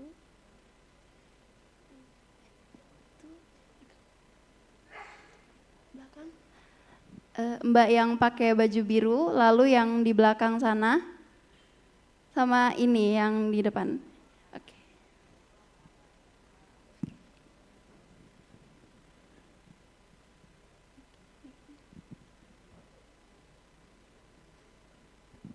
Mic-nya tolong. Oke.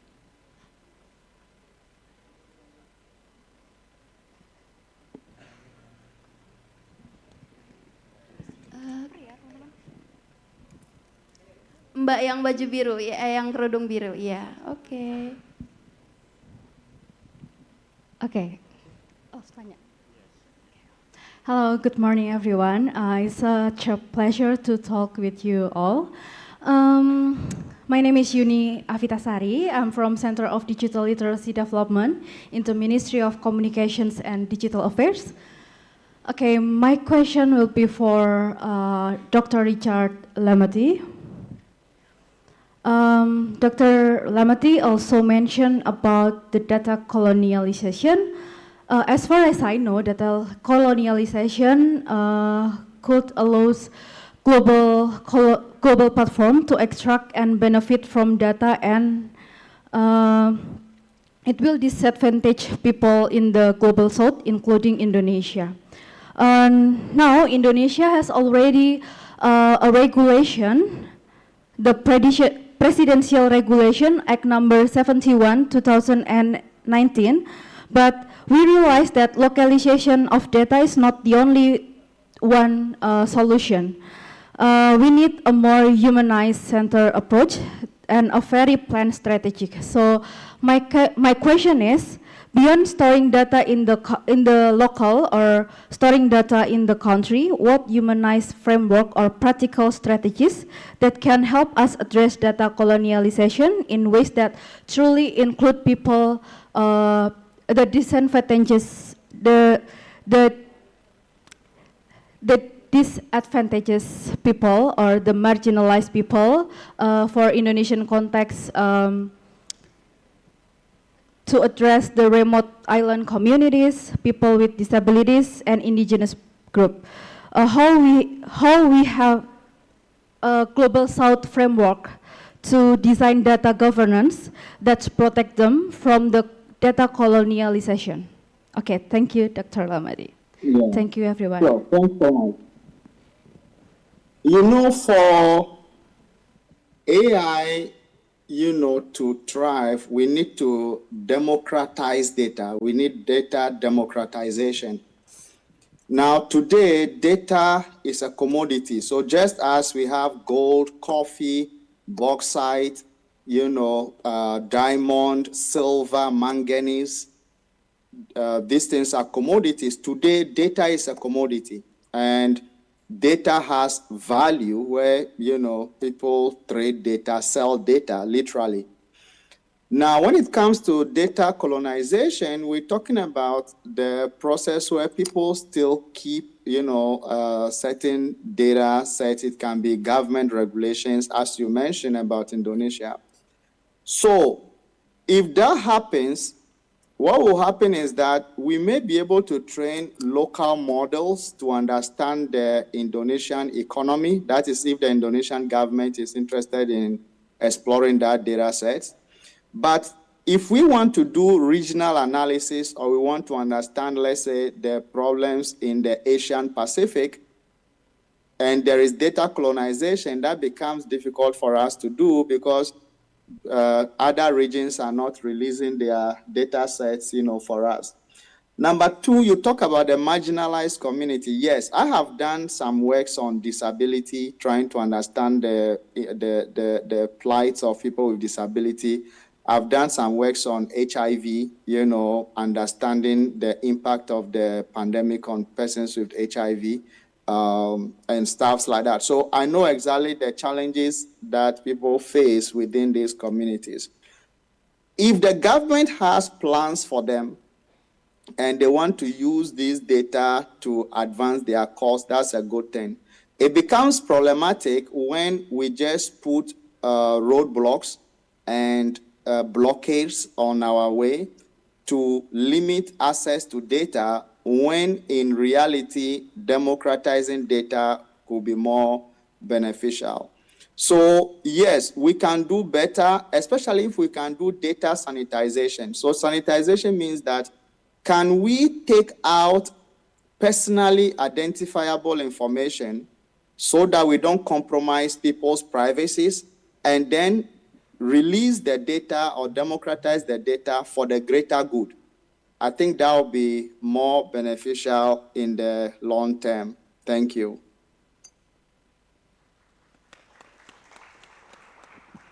Okay, thank you, Professor Lomodi. And now to the next question, please.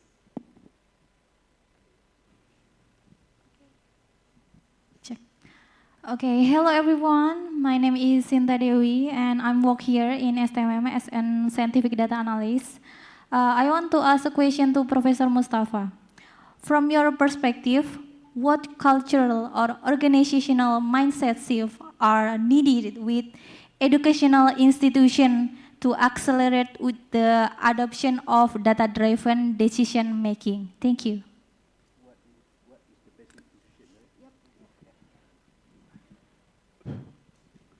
Thank you. Please don't look at the institution. You look at your promoter. Look at your supervisor. If your supervisor is at STMM, but he is good or she is good in data science, then you can do research. You can study under his guidance. Okay? So in other words, don't look at the university. Please look at the person who are considered as potential promoter or potential supervisor to you. Correct? Okay. Thank you so much, Professor. Okay, now to the last question, please. Yang di depan. Okay.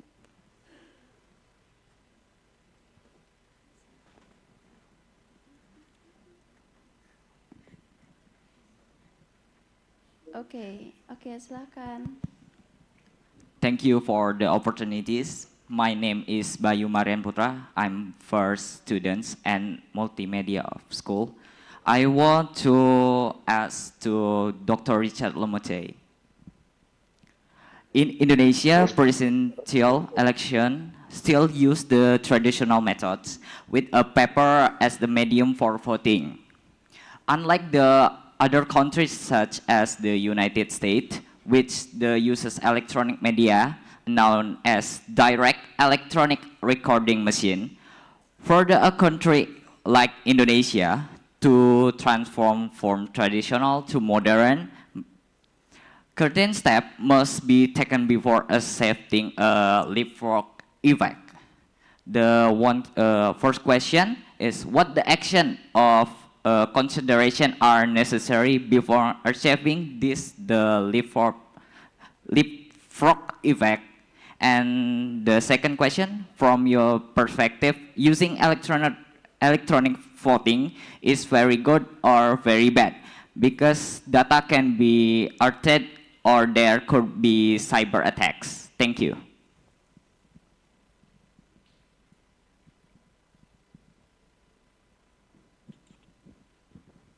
Okay, thanks so much for the question. I heard parts of the question on about the access to tech and the leapfrog, and then the rest. Unfortunately, the line cut off. Yes. So please, if you can repeat just the leapfrog part for me, please. Just repeat the question, please, the leapfrog part. Okay. What the action or concentration are necessary before achieving this the leapfrog effect of Indonesia?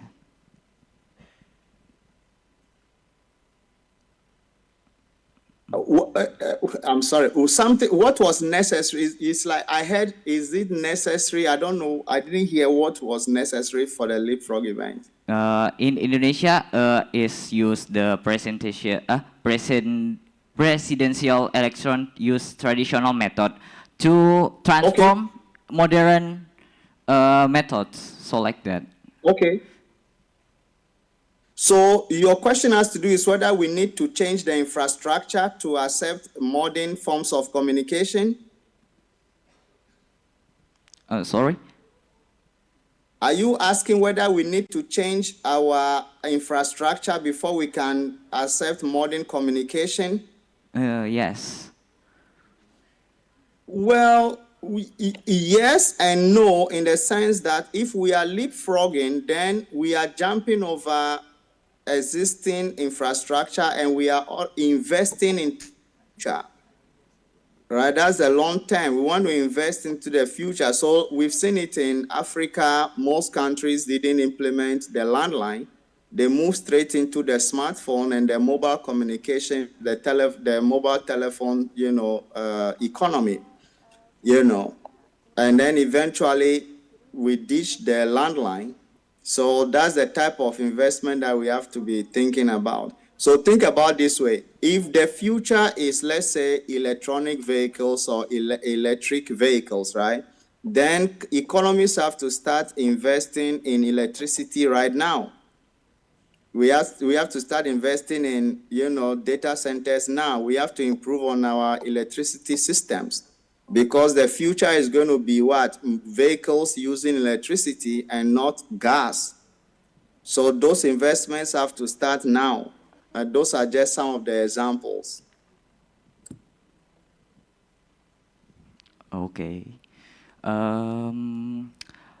In your perspective, doctor, I want to ask, using the electronic voting is good or very bad for because the data can be altered or be a cyber attack, so like that. No, you see, let us not empower bad people. You see, bad people find bad ways of exploiting good things. It's like giving a bad name to a good thing. Tech is good.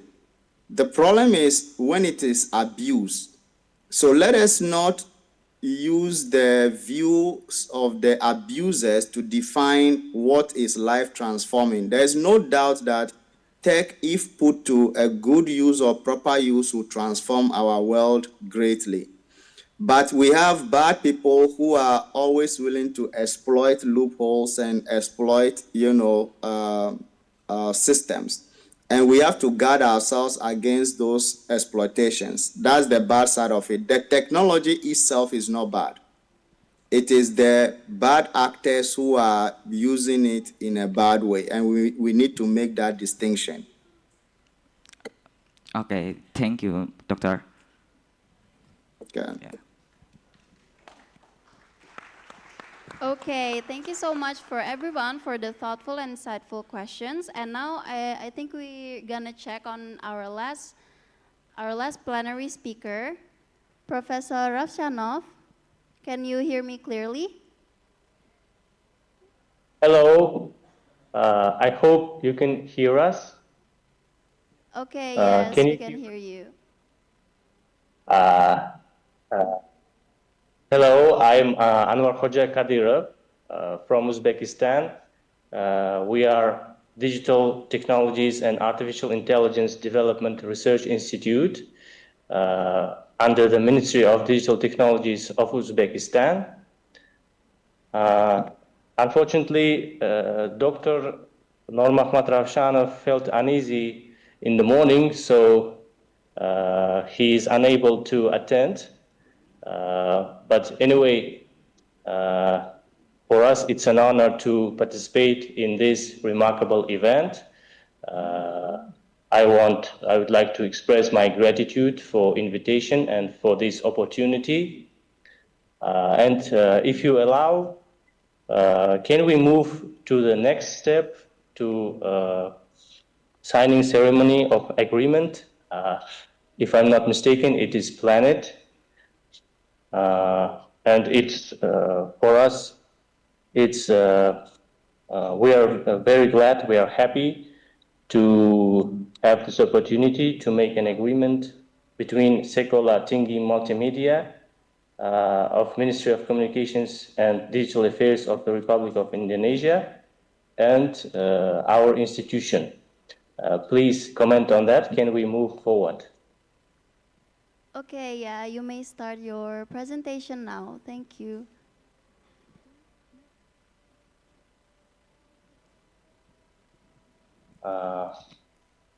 Actually, Dr. Ravshanov was meant to make a presentation, but he is unable to attend,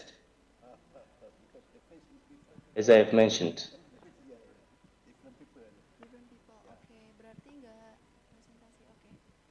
Oh, I see. So Professor Ravshanov can be here right now. So you're the director to sign the present. Is that right? Yes. Okay. Yes, yes. Okay.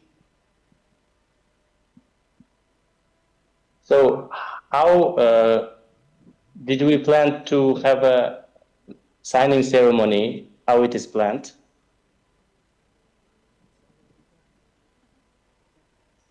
Okay. Sign the ceremony.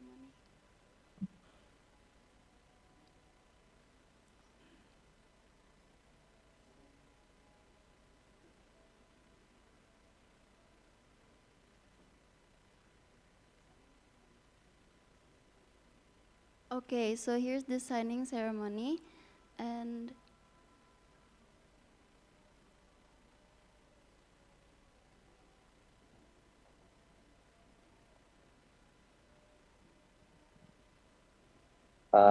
is there a representative of Sekolah Tinggi Multimedia company? yes, there's a representative from us, so it will be in a minute. Okay, sorry. Okay, okay. Okay, thank you.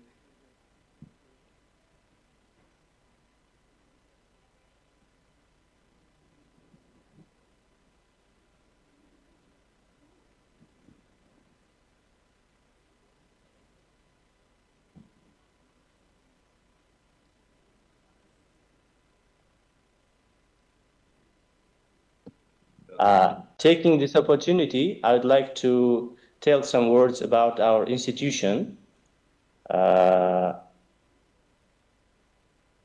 you hear me? Yes, okay. Our institution was established with a presidential decree in 2021, but its roots go to Institute of Cybernetics, which were established in 1966 in the last century. So this institution has a long history of development. In our institution, we do research on various directions, including artificial intelligence, mathematical modeling, theory of information, and we have development teams for research and development in order to make use of this technology for the sake of people and for the sake of civil service and various fields of economy, sectors of economy. So these days, there's a huge attention from our government, from Uzbekistan government, on development of artificial intelligence and its implementation in various aspects of life. So Uzbekistan adopted strategy on AI development till 2030 last year in October. And this year we elaborated about the initiative on 100 priority projects in artificial intelligence for government organizations. And we are doing quite well on, for instance, Government Readiness Index run by Oxford Insights. Last year we made a progress on 17 positions from 87 to 70. So this year we hope that we will keep this trend to improving our readiness on AI in Uzbekistan. And our institution, the task for our institution is to support these government initiatives from the side of research. So nowadays we have about 8 laboratories. Not all of them are about AI, but we have laboratories on natural language processing, computer vision, and pattern recognition and machine learning. And so also we have a scientific board awarding scientific degrees. During the last 4 years, we have awarded about 50 scientists scientific degrees. And now we have about 60 PhD candidates studying in our institute, and about 20 of them are researching artificial intelligence. So this figure represents the role of artificial intelligence in our activities. So I'd like to highlight the main issues in organization of this research. The main issue, of course, is infrastructure. And now government of Uzbekistan pays attention to develop proper infrastructure for research activities, so as in a year period, we're going to have proper infrastructure powered by NVIDIA and other producers of infrastructure, and so as research institutions and universities across Uzbekistan have access to computational resources in order to maintain their research in AI field.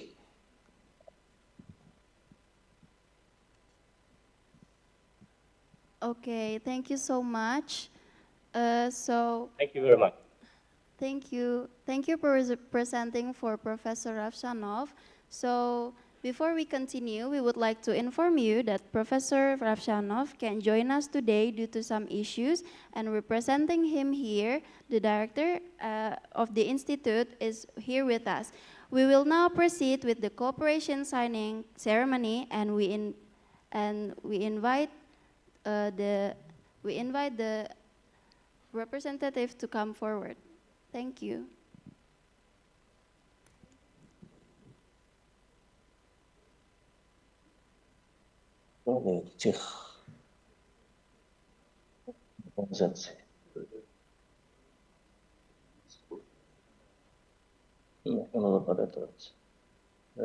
Indonesia, the township Shandor.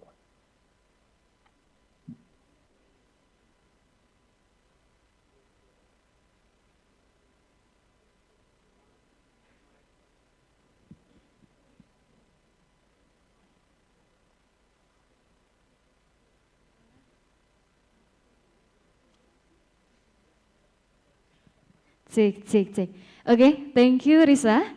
Ladies and gentlemen, we will now proceed to the Declaration of International Collaboration STMM with the Research Institute for the Development of Digital Technology and Artificial Intelligence, and the signing symbol of strange commit to advancing academic excellence, expanding international collaboration, and fostering innovation in digital communication and multimedia studies.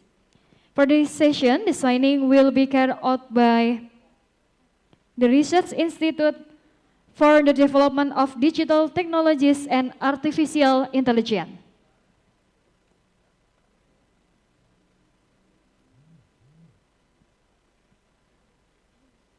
Okay, the declaration may now be signed.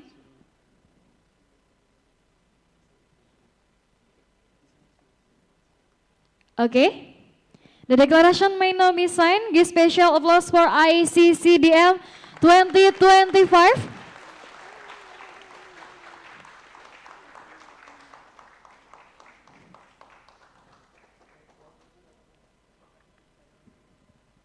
We extend our warmest congratulations to International Conference on Communication and Digital Multimedia 2025.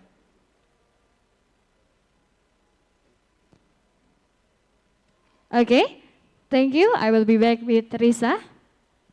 Thank you, Kak Della. Okay, thank you all for the thoughtful question. And now we get to the end of this plenary session. This concludes our Q&A session. And now, today's session reminded us that technology, data, and media are not separate worlds. They strengthen each other, from intelligent systems and modeling to digital journalism and multicultural values. We have seen how innovation becomes meaningful only when it serves people. And together, these insights highlight a future where media practices come together to create a more connected, more inclusive, and more intelligent digital world. And I would like to thank you to all our plenary speakers, both on-site and online, and all participants for your attention and engagement. We hope today's discussion will inspire further collaboration and meaningful progress in this evolving digital ecosystem. Let's give our plenary speakers a big round of applause.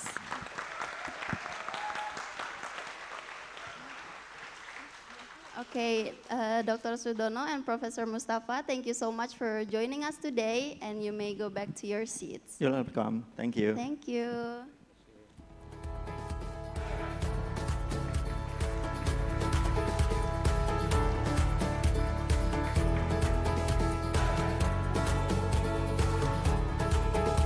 And that concludes our plenary session on the first International Conference on Communication and Digital Multimedia 2025.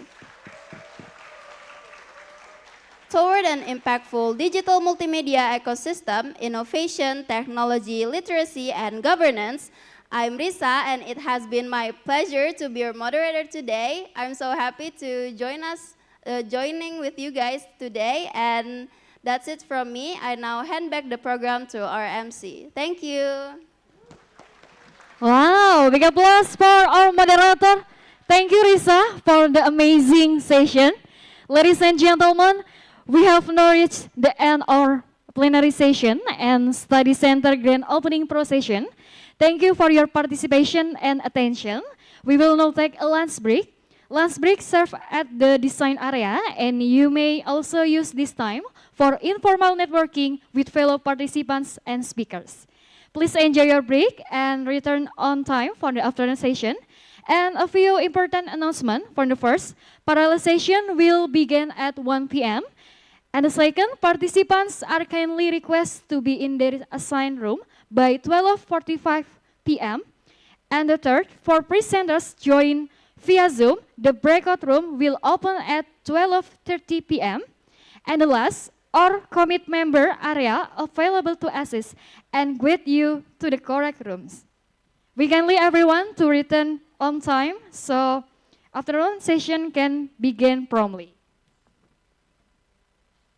Okay, ladies and gentlemen, as we come to the end and today's program, we would like to thank all speakers, presenters, and participants for making the first International Conference on Communication and Digital Multimedia 2025 a success.